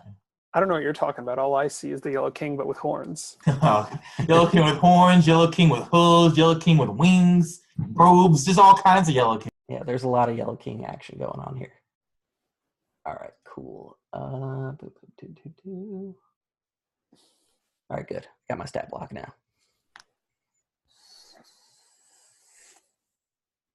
This thing is disappointing. Wait until I hit it. I expected better stats from the thing that I'm reskinning as Gigantic Minotaur. All right, cool. So it has its initiative, but we are going to start with Braun in the order. So Braun, you are actually the 4th in order, so you're going to attack right before it attacks. Sounds good to me. So yeah, Braun, his great axe is this sort of black iron blade, actually surprisingly well maintained considering that the rest of his tribe couldn't give less of a crap about their weapons as long as they're sharp enough to hurt somebody. And he is raging right now, so let me just make sure. Okay, so I am going to roll my attacks. Ooh, that's not great. This is going to be a 14 to hit. Okay, and 14 is not enough. How about a 17? 17 is. Delightful. So I imagine he's sort of like in mid-jump, and he's an older dragonborn. Some of the luster on his black scales is faded to a more somber gray, and maybe he has a twinge in his arm, his long, lanky arms or something, but the first strike he misses and kind of clangs down to the right of the Minotaur, but then he swings the axe around and cuts into its side. And as he does, these bluish specters of his two sons, Drust and Agmund, and his wife, Talia, they rush into the wound, and the wound starts to burn with this almost pulsating bluish light because it's going to be taking some damage. Actually, no, it's not. Okay. So it's going to take 1d12. Oh, wow, that's shitty. All right, so that's going to be 7 points of slashing damage plus 3, so 10 points of slashing damage total. And until the start of my next turn, the Minotaur has disadvantage on any attack roll that is not against Brawn. And when the target hits a creature other than Brawn, that creature, the target, has resistance to the damage dealt by the attack. Okay, if that all made sense. And then Braun is actually going to move, and with the mobile feat, because he has made a melee attack, he's not going to provoke an opportunity attack. So he moves just like 10, 15 feet away from this thing, and that will end his turn. Awesome. So the Minotaur is still kind of grappled down. It's going to make an attempt to break free. Oh, wait, 5th edition. It breaks free. And that's going to be its action. However, it is going to take a lair action as well. It roars, and it's like the sound of a rock screeching, and you're standing right in front of this rock as it lets out its full screech. I need each of you to make a DC 15 Constitution save, please.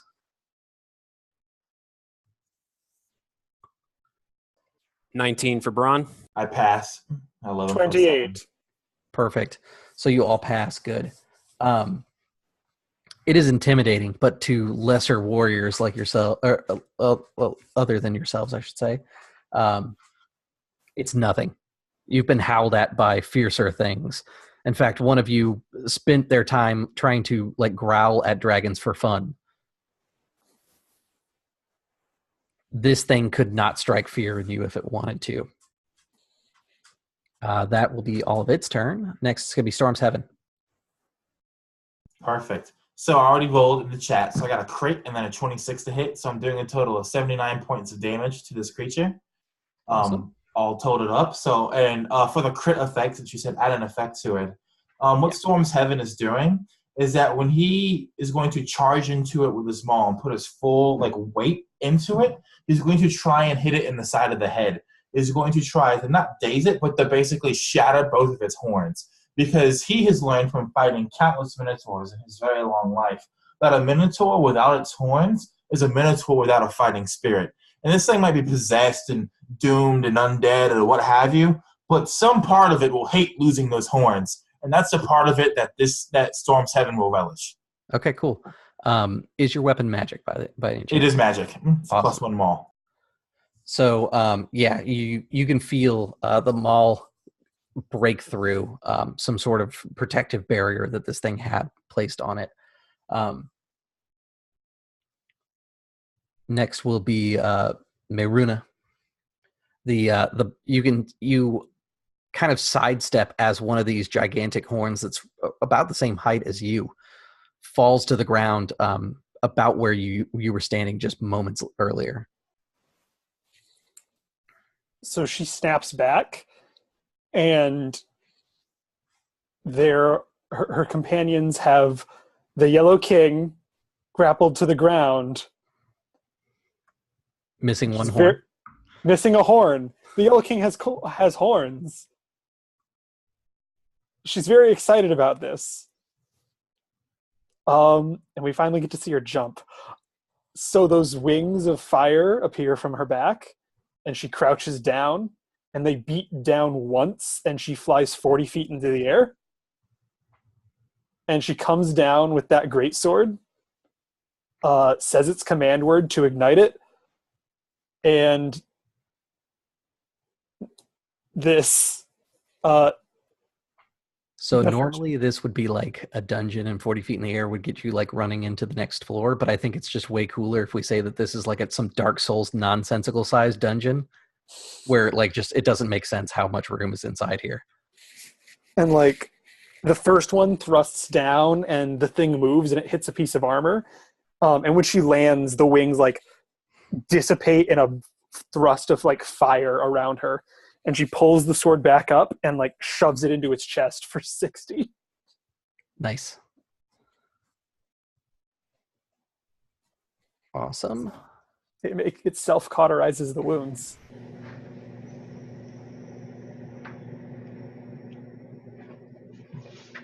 Oh, that's weird. Do I sound different to you guys? Yes. There we go. I think I fixed it. Apparently, I might bump my plug for my microphone. All right, cool. So, yeah, you impale into this thing, and it reels back, kind of stumbling for a moment. Bloodied would be the best way to describe where this creature's at, because I like the narrative way that we were able to describe things in 4th edition. That was like the best part about it. Next up is going to be Braun. Okie doke. So, Braun is going to rush back in with this black iron great axe and just swing 2 blows at this thing. I guess it would be its right leg, maybe trying to even hack off the leg if that's possible. I rolled 2 29s on both the attacks for a total of 22 points of damage. Yep, and I think that is it for me. Okay. Awesome. So the creature stumbles back, and it goes into this crouching stance like it's just about to charge. And I'm sorry, it does still have those spectral warriors that Braun sent towards it earlier as well, as long as he's raging. Yeah, and what are the effects again? Because I know last turn he couldn't attack or anything, so it wasn't... Yeah, I know it was a bit. So basically, I can actually do 2 things. So the first thing is if the Minotaur attacks anybody except Braun, it's going to have disadvantage on that attack roll. And if it does happen to hit, the target it is aiming for has resistance to the damage, so it'll take half of whatever damage it's going to inflict. Secondly, I can use my reaction, which Braun would, to reduce damage taken by the attack, and then the Minotaur would take a amount of force damage equal to the damage prevented by the spirits. So Okay, cool. Yeah. All of Do that you shit. really want to attack, says Braun to the Minotaur? I was going to say, all that shit's going to happen because the Minotaur is going to go Great. after the person that critted him. Okay. And fail miserably. So that is a 1. So what's going to end up happening is, natural 1, by the way, is the Minotaur comes like careening, and it's not in a good space. Its head is off balance. It's missing a horn, and it starts to kind of twist in the air, and then it slams its shoulder into the ground as it charges towards Storm's Heaven. Storm's Heaven, it is not hard to see this thing's telegraphed movements. It doesn't take but a single thought for you to get out of the way. But Lord help this creature, because there is no thought in the world that could stop the fury that Braun is about to release on this creature. So the only it's a miss? the only downside is because it's a miss and no damage was inflicted, I'm pretty sure it doesn't do anything. Oh, unfortunate. Yeah. So it would have to actually hit and then do some kind of damage for it to take any damage in Oh, response. that's so sad. I didn't know that about the ability. I thought you could still do the damage part even if it missed. I mean, I'll double check, but Yeah, let's check real quick. Even if you don't, what I'm doing to it next turn will surely kill this thing. yeah, it's if you are raging, another creature you can see within 30 feet of you takes damage, you can reduce the damage by 2d6 and then inflict that back and force damage on the creature, basically. So it would not work in this case. That's unfortunate. Okay. I thought you were going to get a real cool moment there. There's always the next fight. All right, so next is going to be one of his lair actions.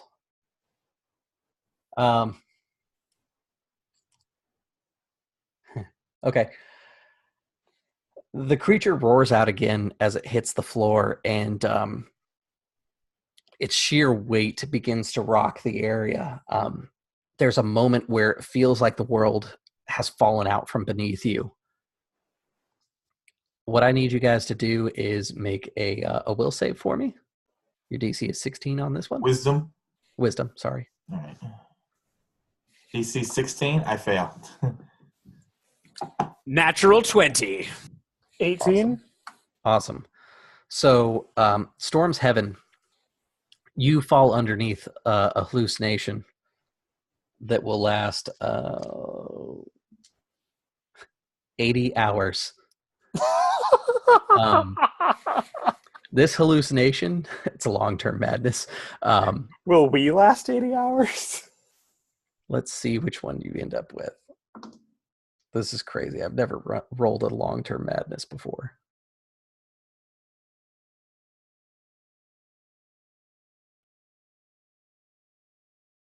I'm gonna change that because that's a stupid thing that should not be even in the long-term madness chart.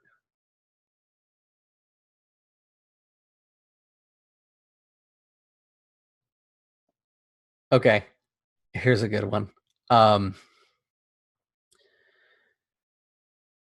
You're experiencing powerful delusion. Basically,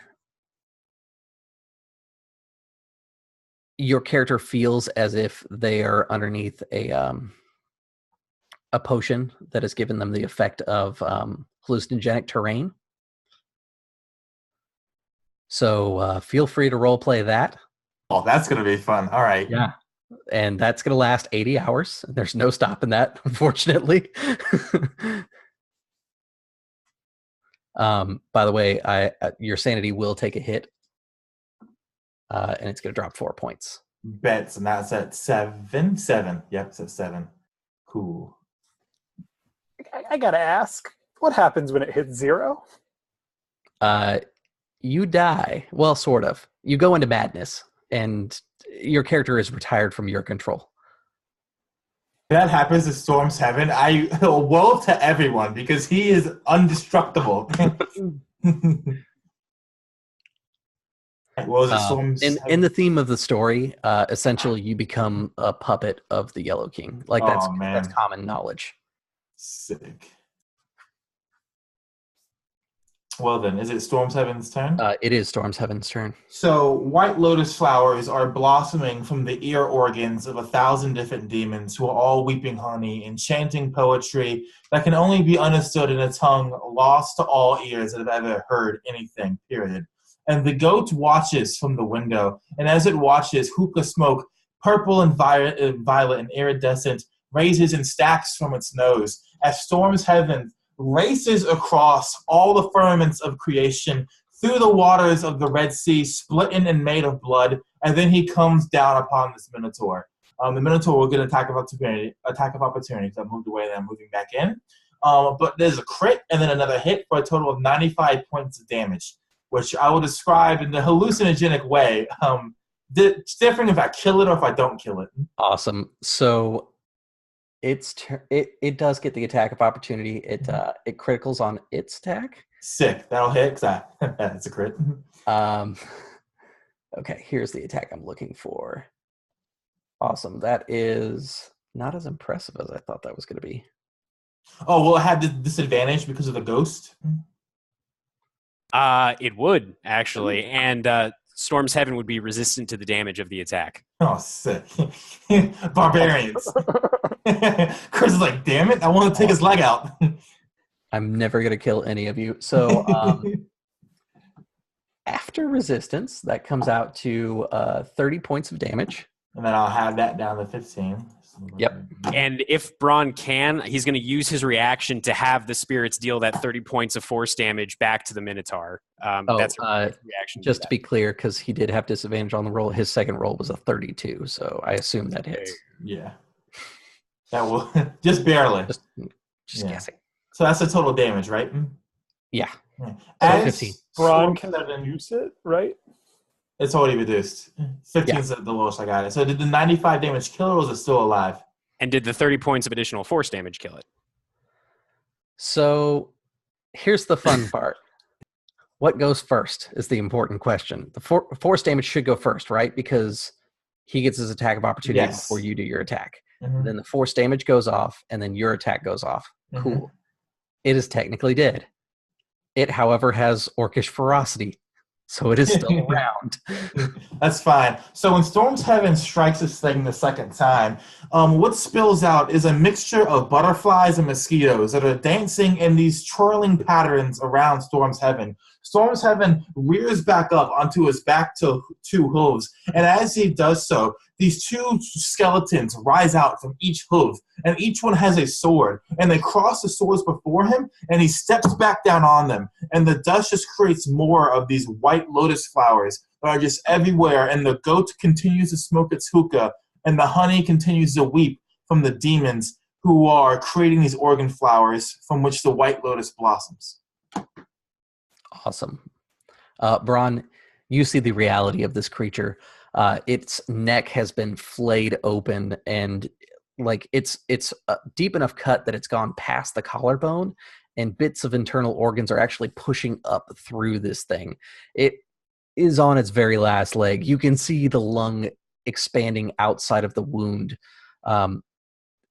It doesn't have much, but it plans to take one of you with it. Is you can clearly see it in its eyes. Am I up? Yep. Oh, nice.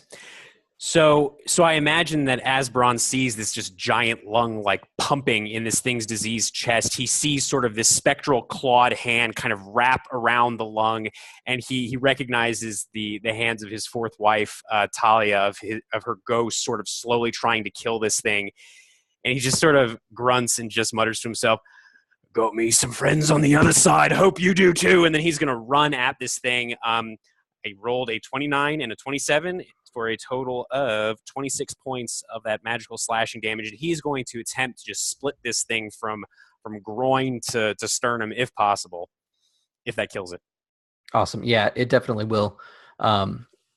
Just because it didn't get a chance to do its final attack before it died anyways. The creature, like as you cut into it, you can feel it deflate because you've cut into its lung, and the rib cage collapses underneath your impact. You can hear the bone shattering. And Maruna, a few moments later, you are still inside this crystal clarity of the surroundings that are around you. You can see that the body of this creature is slowly breaking down into cinders inside the room that you're in. Looking around, you guys are able to find an altar that's in the back. It seems to be covered with some valuables and things like that. If you guys want to mess with that, that's there. And if not, you see that there is a gate that has been built a little bit away from the wall. It's definitely arcane in its nature. But this is the highest room in the tower that you can find.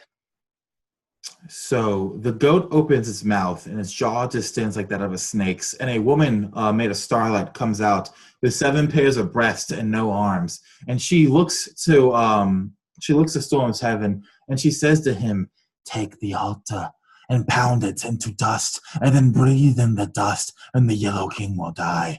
And he nods at this, and he looks to you two, and he says, half the words coming out being the Centaur dialect, he says, "Ota du shakatahi smash a breathe a Huh? Yes? Go for it. And he's going to destroy the altar and everything on it, valuable or not. Awesome. There's like the glow of magical instruments being destroyed as the altar is crushed, and the valuables that were once stored in there. And he will breathe in some of this magical dust as the 7-breasted starlight lady from the goat's mouth has commanded him to. What? Awesome. Yeah, you know what? Let's give you another madness for that.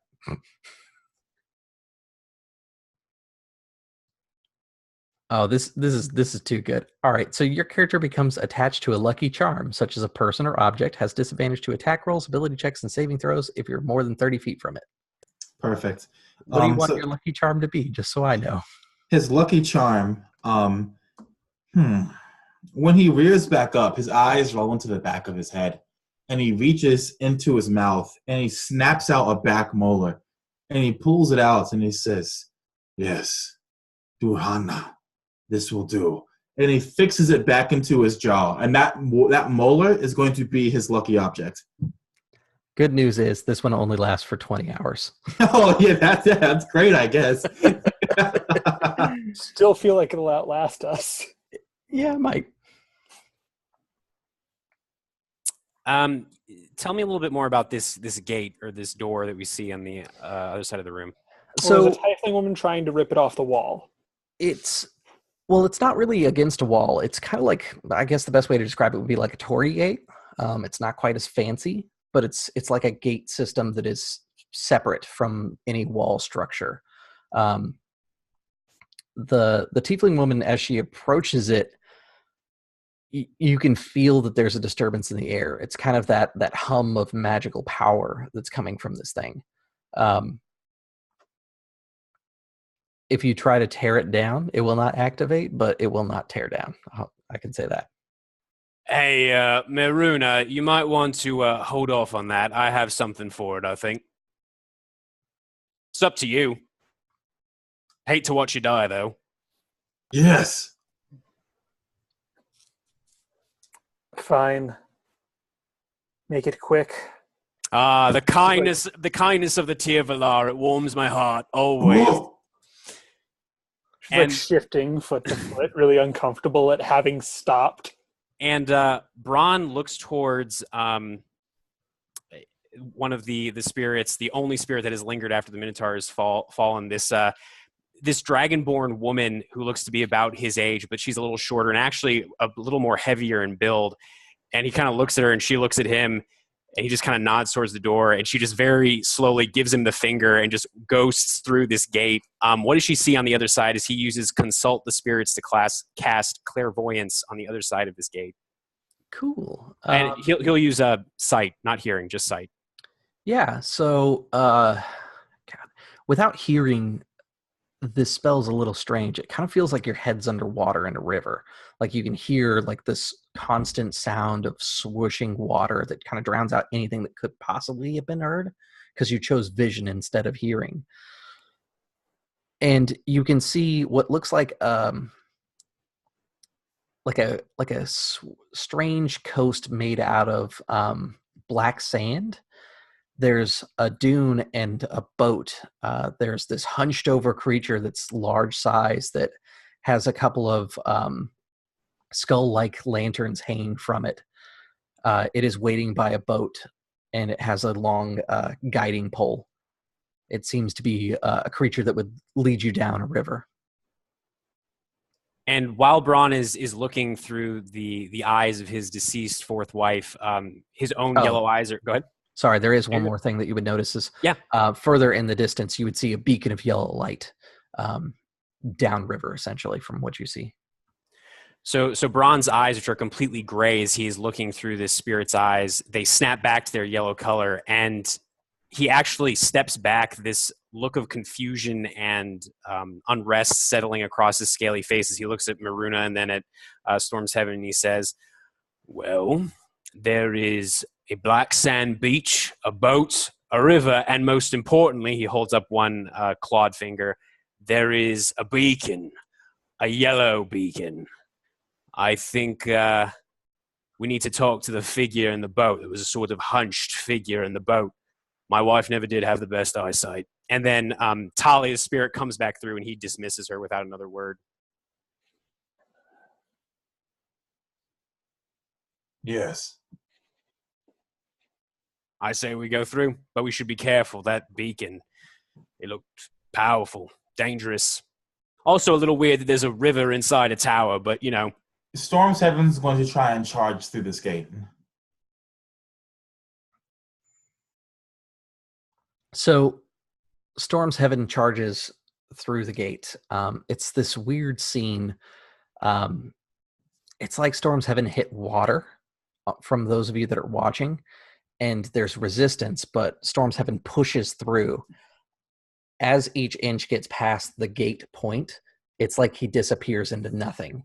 And then there's like a sound of something being dropped in a well as Storm's Thunder disappears to the other side. Storm's Thunder, a brief moment of clarity. you find yourself on a beach that has ashen shores and the very much death-like figure waiting at the boat. He looks around and he's going to wait for Braun to come through to tell him that this sand is white and not black. And he's very confused about what he saw. I think Braun would actually gesture to you, Maruna, and be like, ladies first. That's it's one of those civilized things, right? Ladies first.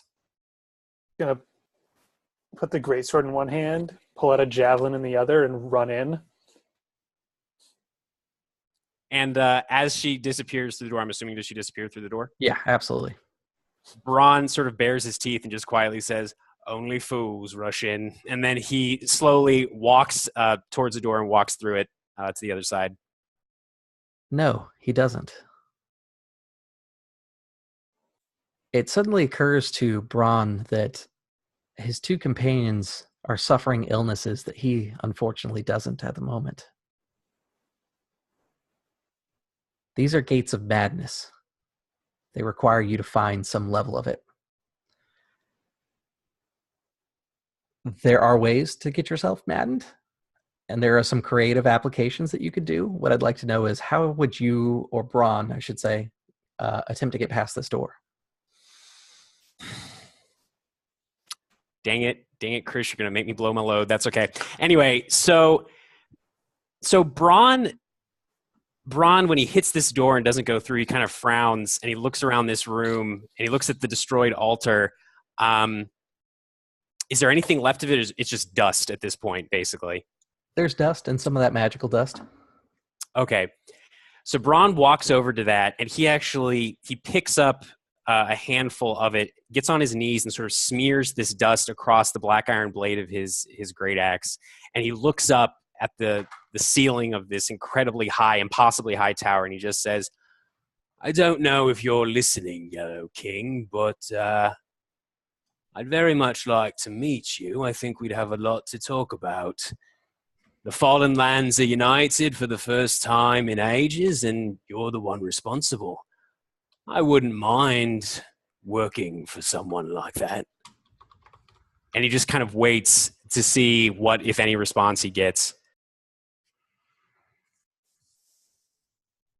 And actually, you know what? For good measure, he tilts his blade up and he cuts the scales of his palm open and he drips some blood so it mingles with the dust on the axe of this altar as he looks up. A traditional blood oath, essentially. Almost, Marquise. Yeah, you do gain a level of warlock, and you have a patron, the Yellow King, who is a fiend. So am I bumping up to level 12, or is that like I'm 10 levels barbarian, 1 level of warlock? With 14, so you'd be... Oh, yeah. You'd be level Yeah, 15. Yeah. Beautiful. Then I will take that. If you could apply that quickly, that'd be awesome. It's 1 level of warlock. It shouldn't take very much, to be honest. Thanks, D&D Beyond, for making this easy and convenient. We'll take our royalty fee mailed to the BCRP headquarters, please. Please. Man, that is unfortunate. Now I have to get rid of the madness that you were going to suffer. Because he's going to let you walk in now. So does Braun feel any different, any kind of cue to know that, hey, I can walk through this door now? Yeah, definitely. There is a moment where Braun finds himself very much alone in the room. There's that eerie, arcane silence again for a moment. And Braun steps out of reality is the best way to describe it. Braun finds himself at an altar where the Yellow King is behind the altar that is now standing in front of you, broken. The Yellow King has 4 arms, and he's cloaked behind this yellow hood and fabrics with these arcane runes all over. He pulls back the hood, and you see this hood of a fiend with horns, and he holds up a glaive, and he mimics what you did, and he cuts open his palm, and he drips his blood with your blood. And this fiendish creature with these 4 horns and this like exposed bone flesh face kind of curls back, and you can see the sinews across his face move in like very disturbing manner. Your sanity will take an effect from making a pact in game, so that's going to be 4 points of sanity damage. You know the Yellow King's real name, which I will send you a message on Facebook. I think that's going to be Johnson, the Yellow King. Because I don't want to ruin the end of the game.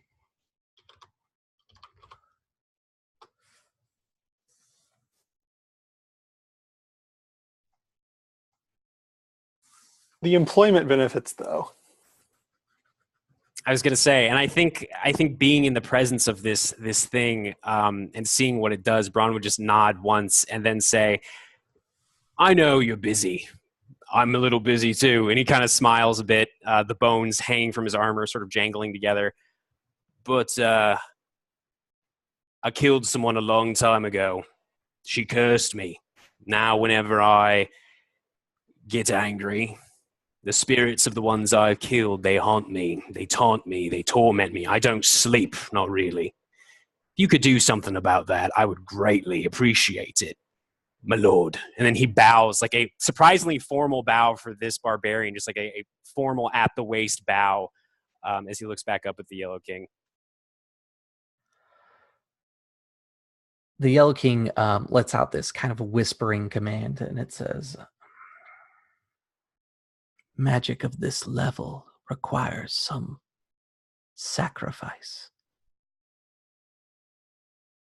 And then you snap back into reality. And Braun will walk through the door. This time when you look at the gates, you can see doorways. You can actually like manipulate them. You find yourself on the beach along with the others. "Oh, hello.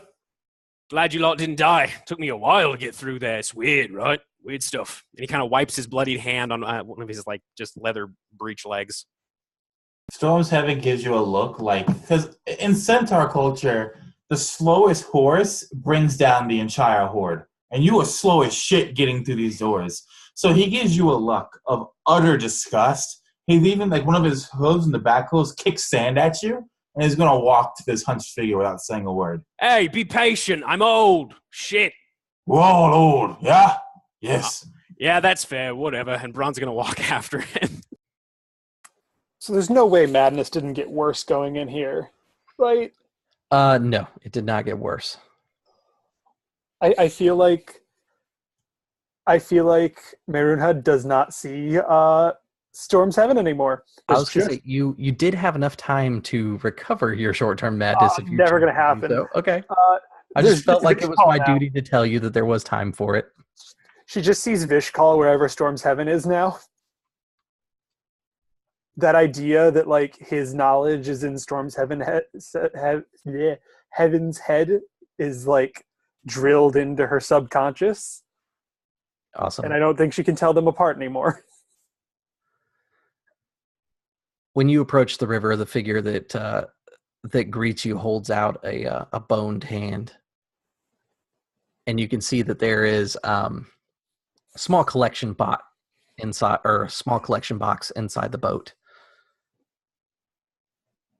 You know of tales of the dead, that this is the keeper. This is the Charon, if you would, the one who will guide you up the river. Without him, there is no way to get to the Yellow King. The Storm's Heaven grabs one of the skulls on the spikes that are imbued in his flank, and he takes it off. He unwraps the yellow cloak from it, and the skull has golden teeth. And he's going to just basically smash the skull in his hand and then drop the bone dust and the golden teeth into this thing's hand. He doesn't do trade. Well, this is how he saw some people do trade, and he imagines this is how it works. Jason, I sent it to you on Facebook. Through Messenger? Through Facebook Yep. Messenger? I have to accept it because you're not Facebook friends, yeah. Got it. No, I got it. Thank you. Ho ho. Okay. So the creature closes its hand around it, and it takes the gold teeth, and it drops them into these lanterns that are hanging off of it. 1, 2, 3. And it's as if continual light spells go off in these lanterns. They become beacons, and it takes one of the lanterns and hangs it on the hook on the front of the boat, and it begins pushing the boat down the river. It feels like both moments and an eternity as you travel down this river. You will all take 1 point of sanity damage. Dope. Welcome to the River of the Dead.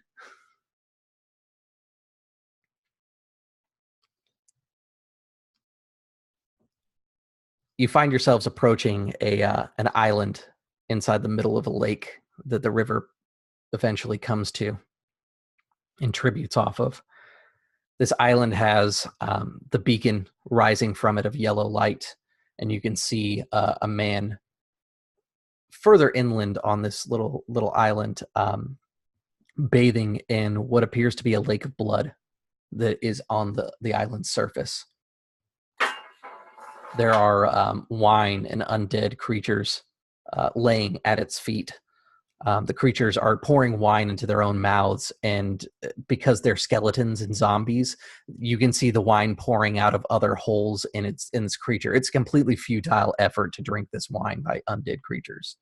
But there is one that is bloated and heavily fermented by the wine that it has consumed. It's swollen over.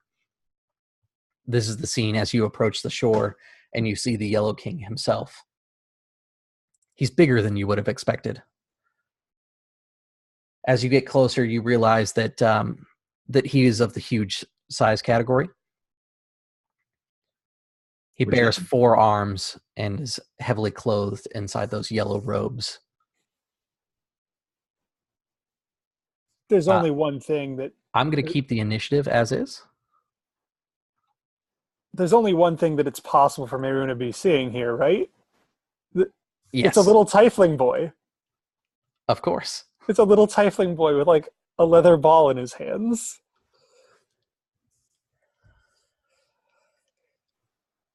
So does that mean I start? Because I was unnatural, a dirty 20? It's actually going to be the Yellow King start, but the Yellow King sees you as no real threat. What's going to end up happening, however, is the lair action that happens because the Yellow King is the Yellow King. Will happen. Let's see. Time to narrow down which demon lord or arch devil you pulled out for this. Okay.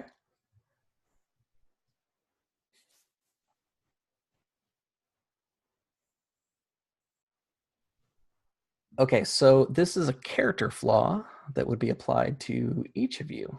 That's how this works, because this is the first time I'm using this mechanic. For Storms of Heaven, I see those who oppose me not as people, but as beasts meant to be preyed upon. That's perfect. For Brahm, my anger consumes me. I cannot be reasoned with when my rage has been stoked. I love that these don't change your character at all so far. Next is Maruna, who gets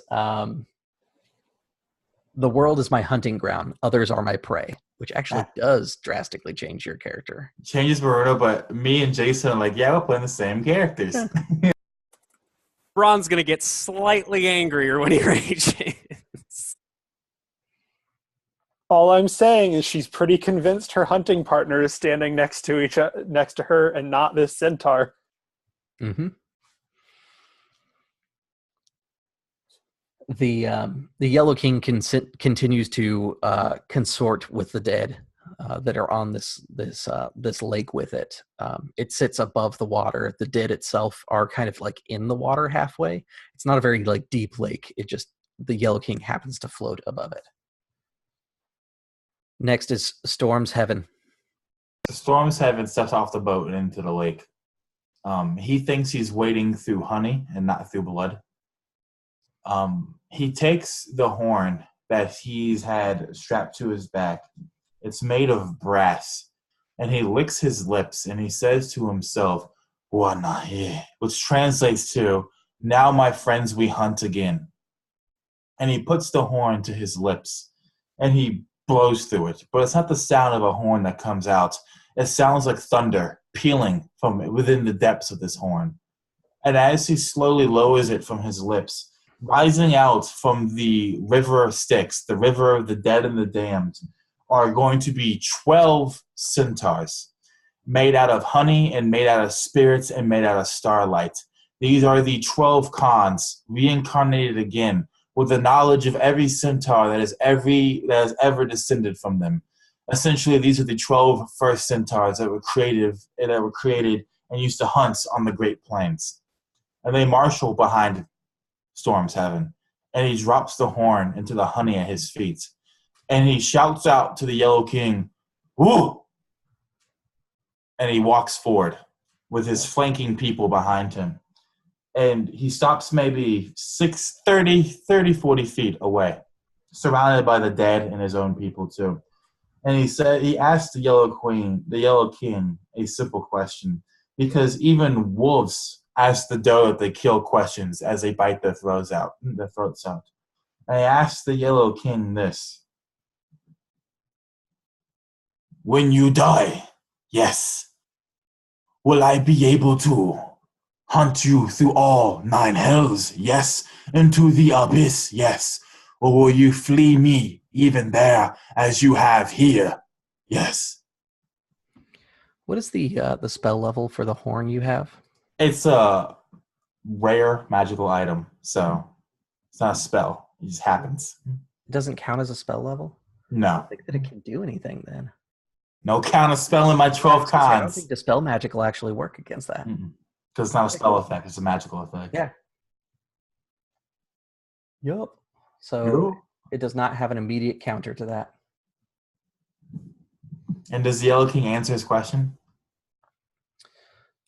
The Yellow King looks up momentarily, and it's distant. It's hard to tell exactly what this creature wants or even says, but you can feel in your soul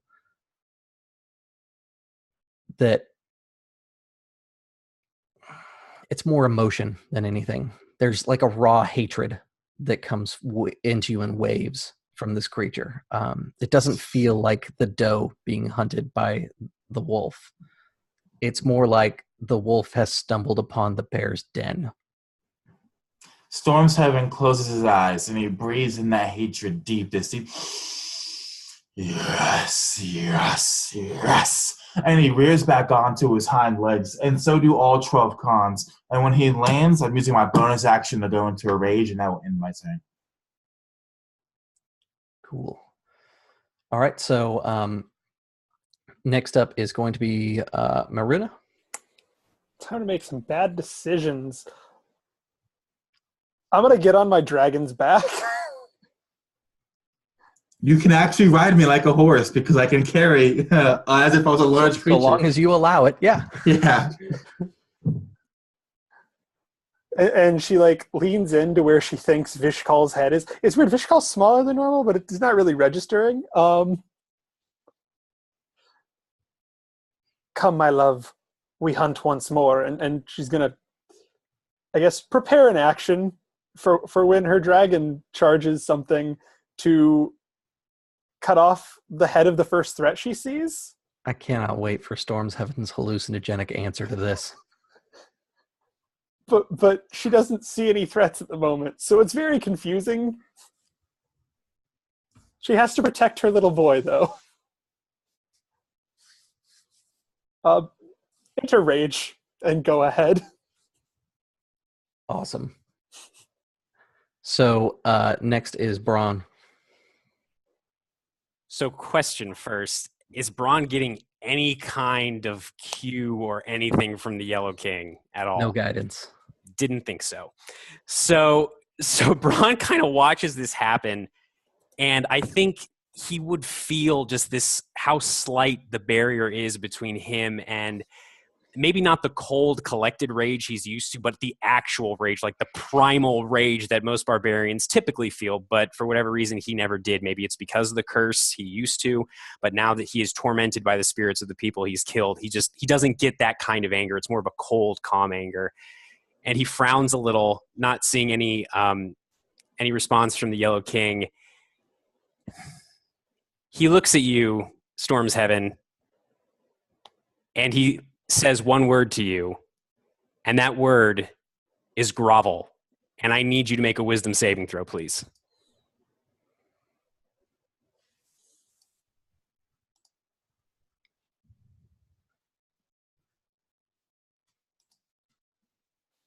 What's your spell save DC? Just muted myself. 14. Bet, I got a 14, so thanks. Damn it. All right. 13 plus one. So I think for a moment you probably don't even feel anything. You're probably you're even noticed anything. But Braun, seeing that, kind of snorts a little bit, and then he is going to because that was the action. He's going to move up sort of to stand behind Storm's Heaven now that Maruna is on top, with his axe out, like he's ready to go. But he will not rage, not this turn. All right. Excellent. It is his turn. I need to start a timer for the room. It has 2. And the Yellow King pulls back its hood, exposing the creature that lies underneath, which I will screen capture real quick here because I know Marquise will enjoy it.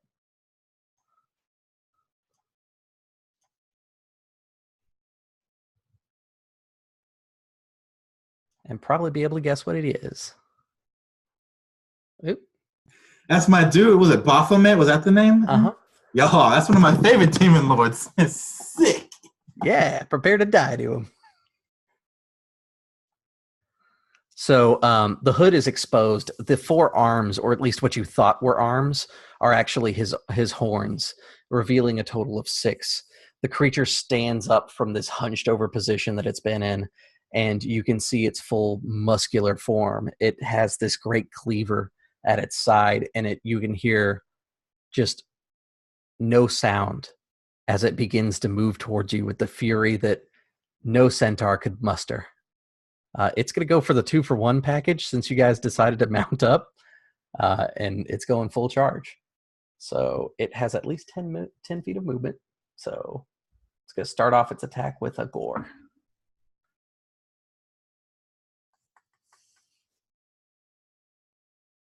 Awesome. So that is a 36 to hit. I'm going to say probably the one who's mounted is going to be the one who takes the hit. Oh, sick. Yeah. Let Maruna take that. Yeah, I think Maruna is going to be the one to take it. And then that will be, let's see, it would be 22 points, but it also gets another 30. 52 points of damage, and I need you to make a strength save. The good news is you're raging. 52. But they are it's magical piercing, if that matters for you. We resist all forms of piercing damage. Awesome. Correct. Strength save, you got it. Does a 20 do it? It unfortunately does not. You find yourself knocked 10 feet back and prone against the ground as you slide across this like ash-covered beach. The dust kicks up around you. Bahamut, now that he has been revealed, whirls around with the heart cleaver, his spear, his glaive on Storm's Thunder, and buries it into your left arm. It is a critical. It's taking off your left arm. Oh, that's even better. Thank God I'm a centaur. That is, let's see here. 60 points of damage. Is that halved already or no? No, that is not halved. Minus 30, perfect. And then he will grab you with the other hand and try to bite your head off like you are a delicious nougat-filled snack. Let him go ahead. That is a 30 to hit. No. Barely. Almost hit me. Okay. I don't know what your AC is. My AC is 13. Awesome. Even better. That is 26 points of damage as the teeth bite into your collarbone. You can hear the bones start to compress underneath. You can feel the fractures in your collar. I wonder what Baphomet's going to do. Never mind. We'll cross that bridge when we get to it. What he's going to do with your delicious corpse? No, what I'm about to do, when I hit him with all this damage, I'm about to hit him with. Yep. And my crit. Awesome. Next up is Storm's Heaven. So, does a 19 or higher hit? For your total? Yeah. What's his AC, basically? Because I'm also 22? Uh-huh. Okay, so it's only going to be one of those that's going to hit. So that's going to be 13 plus 81 plus 26 points of damage from me and my 12 cons, all combined. Part of that is going to be a critical hit. So what I imagine this is a very complicated scene. So I'm just going to start speaking gibberish because I'm hallucinating and see what happens. So as the king of messiahs charges me down with his 4 horns, each one blossomed with 1,000 feathers, and it strikes me dead true. And my arm goes flying, and my arm turns into birds, which land on the goat's horns. And the goat whispers to itself, "This is as all hunts should be." The honey rises up, and it splits, and we are tumbling through the cosmos, through the mountains and the pillars of creation. And the 12 cons are following us all down, as falling stars did on the battlefield that annihilated all the hordes. And then they all crash into Baphomet, this Messiah King, at once. And what's going to happen is just as it takes my arm, I'm going to use my crit and take his arm. Awesome. So we're trading arm for arm here. And all damage is magical. So it's 81, 26, and 13 total to it. Cool.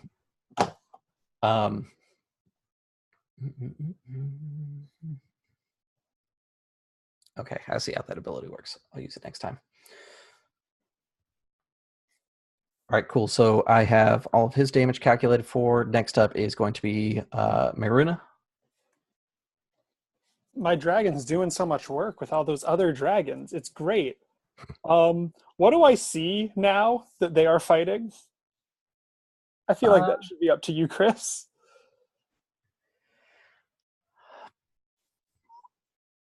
It's weird.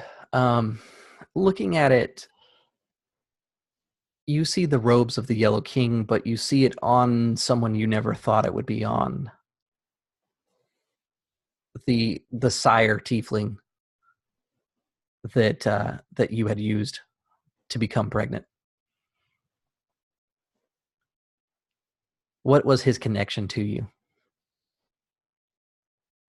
They'd known each other for years, but he was just a consort. There was no romance there. It was a strong friendship. A camaraderie. They had ridden many raids together. You see him behind the robes, and it's not as if like he's doing unnatural movements. It's his fighting style. It is him as far as you are concerned, and there's this deep sense of betrayal.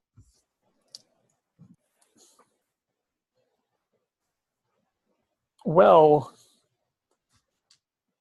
others are my prey.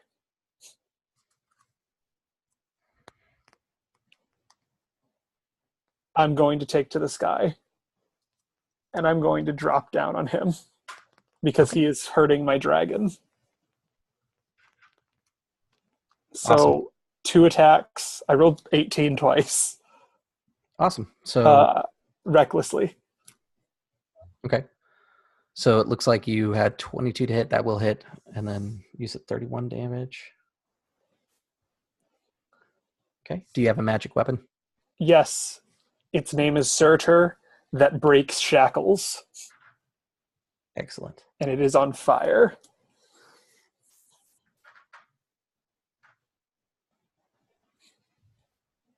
Is it fire damage all the way? Like a no, it is 2d6 of fire damage. Don't roll the 2d6. Let's just make it easy. Okay. He's a demon prince after all. Yes. I will re-roll those for you.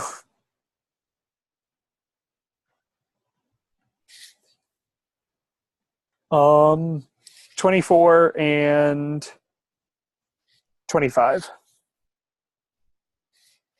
Okay.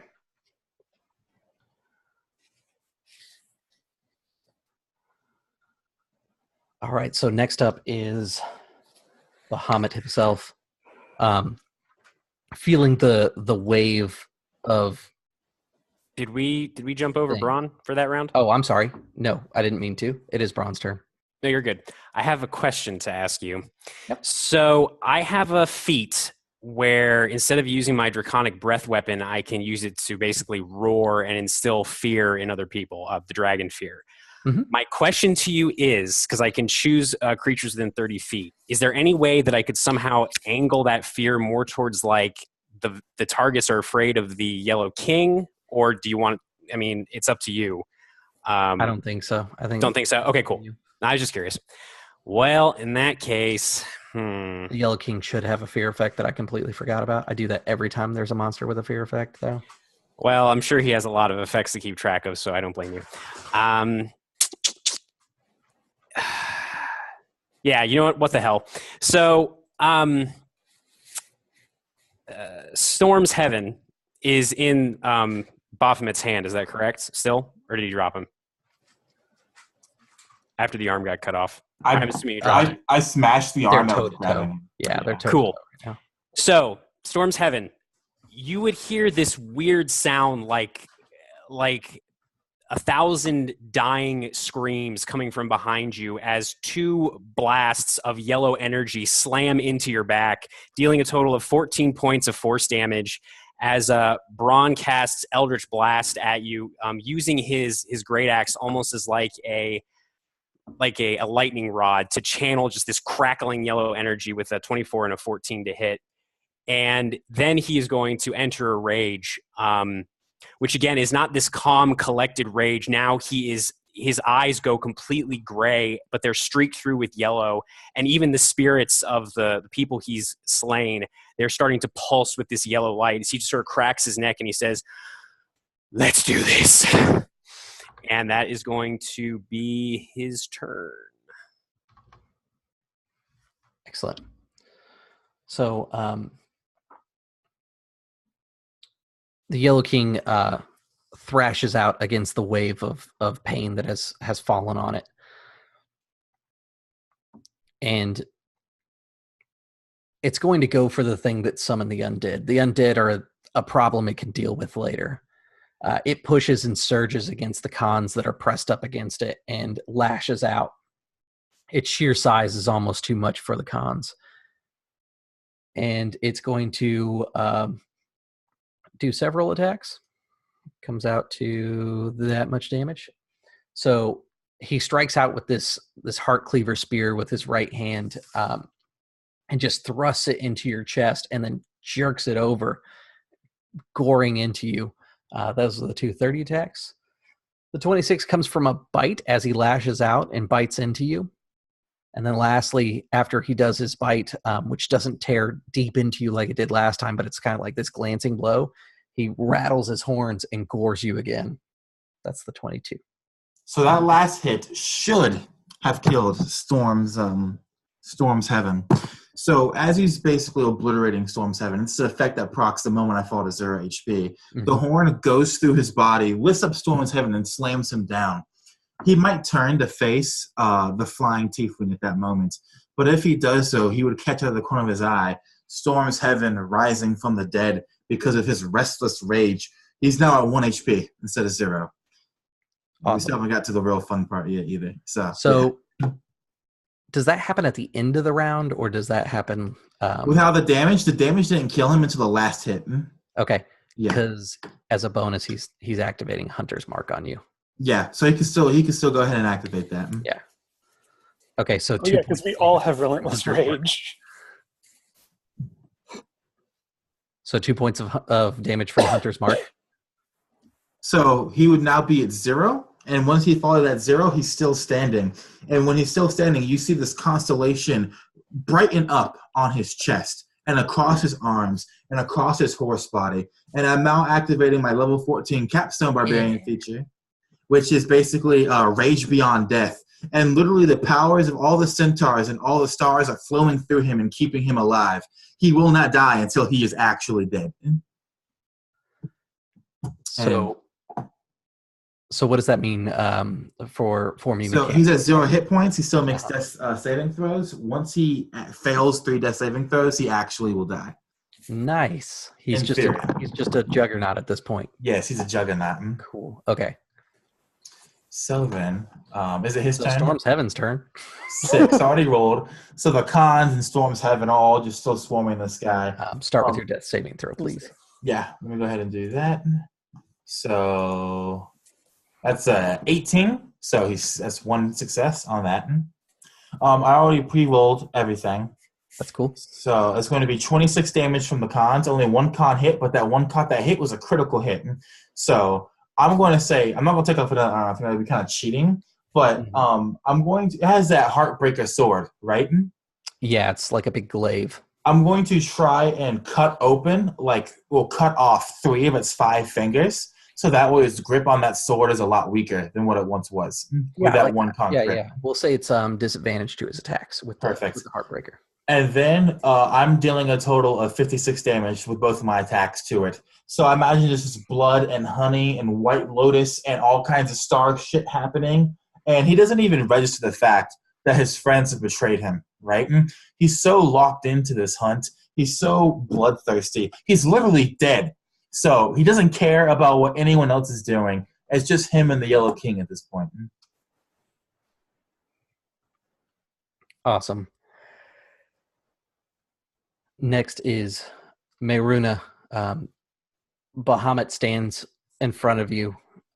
The hallucinations have cleared, and you can see the creature for what it is, finally. The creature is at its end.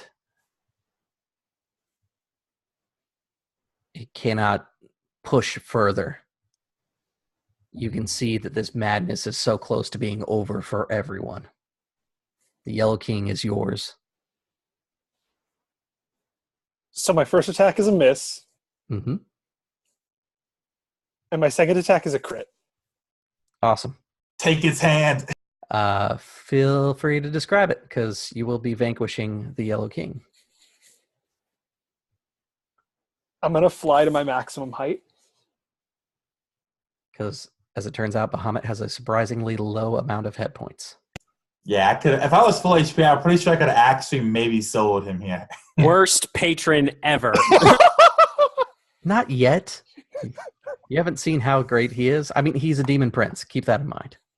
Oh, this is going to be bad for everyone. So everything's clear all of a sudden? Yeah. And she remembers that everyone she's ever known and loved is dead? Yep. So she's going to fly to her maximum height and then free fall and land with that sword deep into this demon's brain. Awesome. Which is 80 feet, by the way.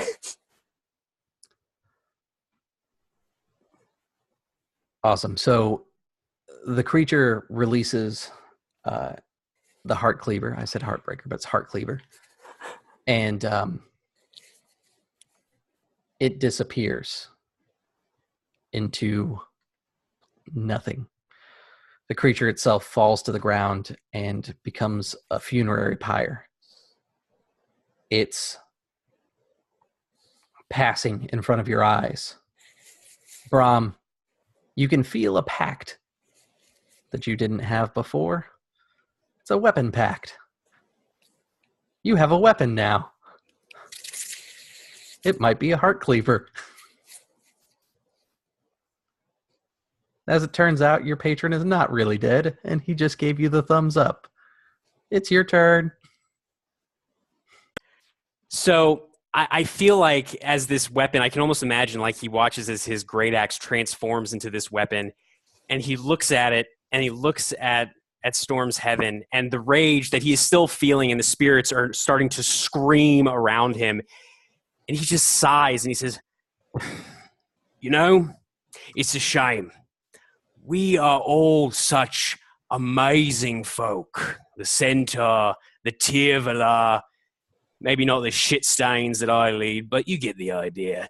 And he starts walking towards you, Storm's Heaven. He says, and for the first time in a long time, we were working together. We weren't fighting each other. And now, well, I gotta be honest. And he kind of leans in, I'm a little pissed. And he's going to swing twice with a 28 and a 24 to hit. So that's 2 death fails I have. Aren't they criticals? Because are they criticals? Because they're critical. That's fine, so because so of it's rage. 4 fails. Because he's not incapacitated, though. Yeah, I'm not incapacitated. I'm just dying. Oh, you're just dying? Yeah, I'm Okay. just dying. So that's 2 fails. So I imagine you had like one blade stuck in Storm's Heaven's chest. Right. And he looks down to you. And all the cons look at you at the same time. And he breathes out, and this steam just comes out of the madness is gone.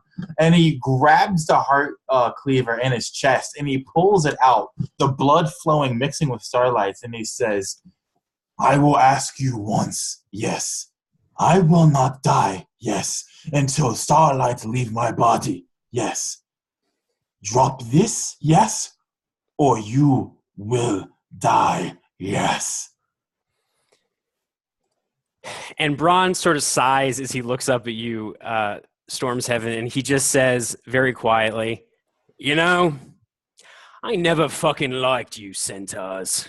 All you do is eat and shit and piss. Halfway through your talking, would it be my turn now, Chris? There's no Yellow King? Yeah. All right, so halfway through your talking, all 12 cons are just going to swarm you. They're just going to start hoof stomping you into the ground. So what's your AC for reference? AC is 18. 18. All right, so let me roll these 12 d20s and see which of these hit first. Also, one of those is a crit. Another one of those is a hit. 3 hits, 4 hits, 5 hits. So that's 5 hits, one of which is a crit. It's going to be 60, 12 plus. And this is before we get to the lovely Storm's Heaven actual turn. Plus. That's 3 times 5. That's plus 15. And you're raging, right? That is correct. Plus 15. All right. So you're going to be taking 29 points of damage. You can have that. And the crit is going to be, we're going to take out one of your legs, actually. One of the cons just brings down the cleaver, and they're going to cut your leg off at the knee. And then Storm's Heaven will bring up on his hindquarters, and then he's going to lay into you himself with 2 reckless attacks. So it's going to be 4. All right. So I also, God, you get so many crits the Barbarian. Why have I not played one of these before? They're so fun. So that's another crit. That's a crit and a 27. So of course you're going to be hit. So the crit is going to do, excuse me, 6. All right. So that's 30 plus, I need to add this to it. So 30 plus 9 plus 14. That's 30 plus, what did I say? 23. So that's 53 points of damage. Some of that is a crit. So pick a limb. You also need a death saving throw, by the way. Oh, yeah. Let me make my last death saving throw here, of course. I got another 18, so I'm at 2 and 2 right now. You can take an arm. Take his left Take arm. an arm. So I'll take your left arm with this. I just maul it to pieces. That was the first attack. Let me roll damage for the second attack. So it's going to be 25. That's halved. 20. So 25 halved already? Yeah. Okay. So it's 50 damage. 53 damage I roll. So I guess technically it's like, what, 27? 27, technically. All right. And then for the other attack, it's going to be 13 plus 4 plus 7. So that's going to be 24. So it's going to be 12 more points of damage. Actually, no, I'm wrong on that because a lot of that is radiant, and you're not resistant to radiant damage, right? Correct. Correct. Okay. So that's actually going to be 11 radiant damage from this attack, and then from the critical, it was 9 plus 14. So it was 23 radiant damage from the critical. Very complicated, but as my turn. So an additional 23 or an additional 12? Because you had 11 that you just told me about, and then it's an Yeah. additional 12. It would have been so 20 basically from the half the 26 you took. Half of that half is coming back. Half of that half is coming back. Okay. Yeah. I think we're good. I hope we're good. I hope we're good. It's very complicated, barbarian versus barbarian. But that ends my turn. So, Maruna, you would literally just see the 12 cons just butchering the sky along with Storm's Heaven. I think it is Maruna's turn, isn't it? Yep. And you also would have saw that he stabbed me in the chest twice.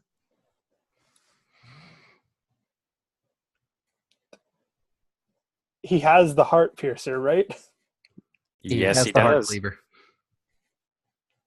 I'm going to stab him from the sky. So, does a 21 hit you, my friend? It surely does. The other one didn't. But, so, let's see. 27 of this is physical. So, half of 27. 8 of this is fire damage.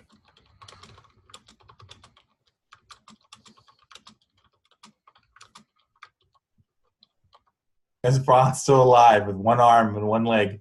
Damn straight. Storm's Heaven's actually going to ask, and Asher Cripple is going to say, "You intend to keep dying?" Yes. And then Braun sort of spits some acidic blood from his mouth. He just says, "No, I intend to kill the last fucking centaur." And then he is going to attack unless Maruna is doing anything else with her turn. There's no mechanic to put myself between you and the centaur, so no. Great. So that's going to be 2 hits with a 27 and a 29 for a total of, this is magical damage. Total doesn't really matter because I'm at death saving throws. Right. So you stab him the 2 more times, but since I don't die until my rage ends, just more starlight, not blood anymore, but just starlight's pouring from these wounds. And he closes his eyes, and this is deep sadness that overcomes Storm's Heaven before he proceeds to kill you on his next turn. However, I had a question about your ability, because normally for death saving throws, when you're in them, if you get attacked again, it's an auto fail. Yeah, it's an auto fail. So that was the third fail. So I'm dead. Oh, okay. I reread the ability and the Rage Beyond Dying, and I don't actually die until my rage ends. Nice. Okay, Yes. cool. And I have 3 more rages. So for the next 3 minutes. So I mean, basically, after 3 minutes, if you just continued to rage, you'd burn out like a candle burning out. Yes. So, real quick. Braun is going to use his mobile feature again to get the fuck away from this shit. to roll away. Basically, You didn't attack me. Get out. I attacked Storm's Heaven, and I basically don't take any op attacks. I'm pretty sure. Let me double check the mobile rules. Luckily, I have 50 feet of movement speed. Luckily, so do I. Ooh. Unless I'm reducing that damage or the distance due to the crippling. When you make it Actually, he does have -1 leg. So is he still moving the full speed? Is he that kind of barbarian? And he also only has 1 arm. correct. That's up to 22 you, hits you? Chris. Well, hang on. So actually, I'm not going to do it because I did just realize that it is only against the creature that I attack. So yeah, Braun is just he's gonna stick with this shit. For the GM's turn, you're going to see the big swollen one that is filled with a bunch of wine. He has like a cask in his, or like not a cask, a tap in his belly button, and he pours himself another bottle of wine or a glass of wine and drinks it. That's all I do for my turn because all I have left are like weird zombies in the background. So here comes a lot more damage. This time from the 12 cons, it's going to be 1, 2, 3, 5.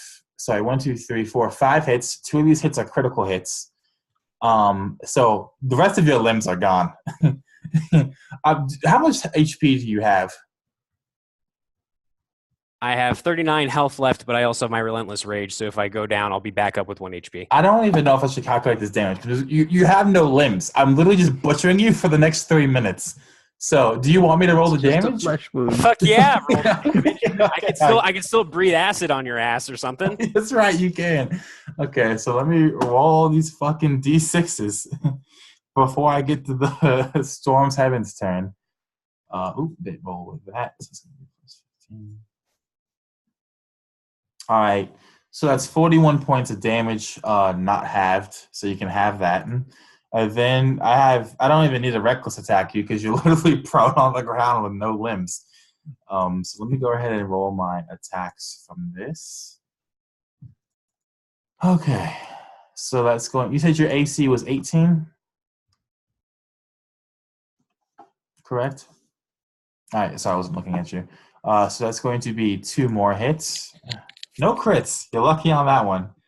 No crits for me on that one. So it's 4d6, 66.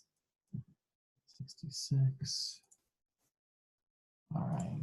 That's going to be, then I need to add 7 to each of those. So that's 14 plus 27 plus 12. That 14 is radiant damage, which I think is what finishes you off. If that doesn't finish you off, then you have the 27 plus 12. So that's going to be at 39, and half of 39 is something. It's 17, 18. Yeah, right? so that would bring me down, but then I would pop back up with 1, I'm assuming. All Unless right. Like- So, and then I'm going to use my bonus action, because I saw a bonus action, to make unarmed attack with my hoof. So I'm going to try and just literally just stomp your skull in. Curb stomp him. Yeah, I'm going to curb stomp him. With advantage, that's going to be a 9 plus 11, so a dirty 20 for 6 points of damage. DC 15 Constitution save that For would me? do it. for Relentless Rage. Oh yeah, for It just Relentless keeps Rage. going up. That is a fail. So I do Perfect. not. So your skull is smashed like a melon underneath my hoof. Nice. And I think the spirits sort of circling around Braun, they all sort of look at you, Storm's Heaven, and one of them actually says, "Thank you," very quietly, and then they all just fade away. Yes. Braun hears the words, "The debt has been paid," in his head. The glaive disappears from Braun's grip.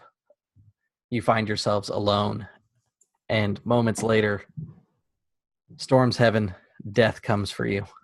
As I a don't death. mean, like, figuratively you die here. I mean physically he leaves the boat and comes for you. Perfect. So as he comes across this lake of blood, Storm's Heaven looks to you, Maruna, and he says, "You have no dragon left, yes. No people left, yes. But there are still, yes, 12 centaur left, yes. Back in real world, yes. Please, go back to them and see their deaths so their knowledge, their gauche can be carried. Yes." And as he's speaking, his physical form is literally like crystallizing and breaking away into stardust, leaving behind his spirit form, which looks like the Khans, these wispy starlight centaurs standing around you. Do not forget I saw you die.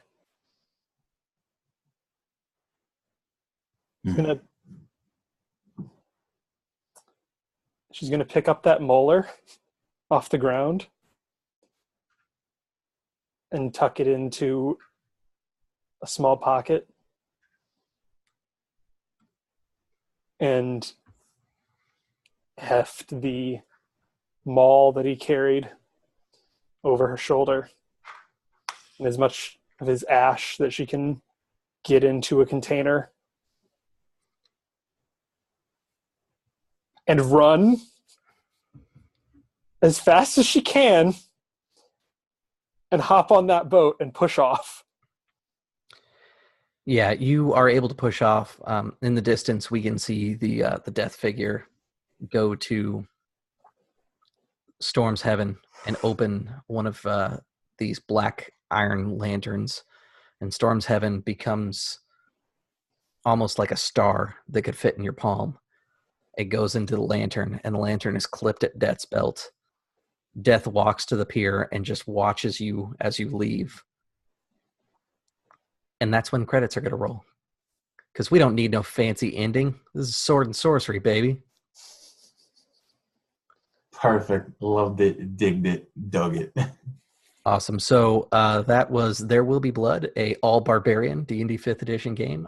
If I have time, I intend to do each class in the book, and eventually do. My plan is to get with Marquise when he is ready to test out some of his classes he's been working on, and do some of those as all one-shot games. The Blood Hunter as well.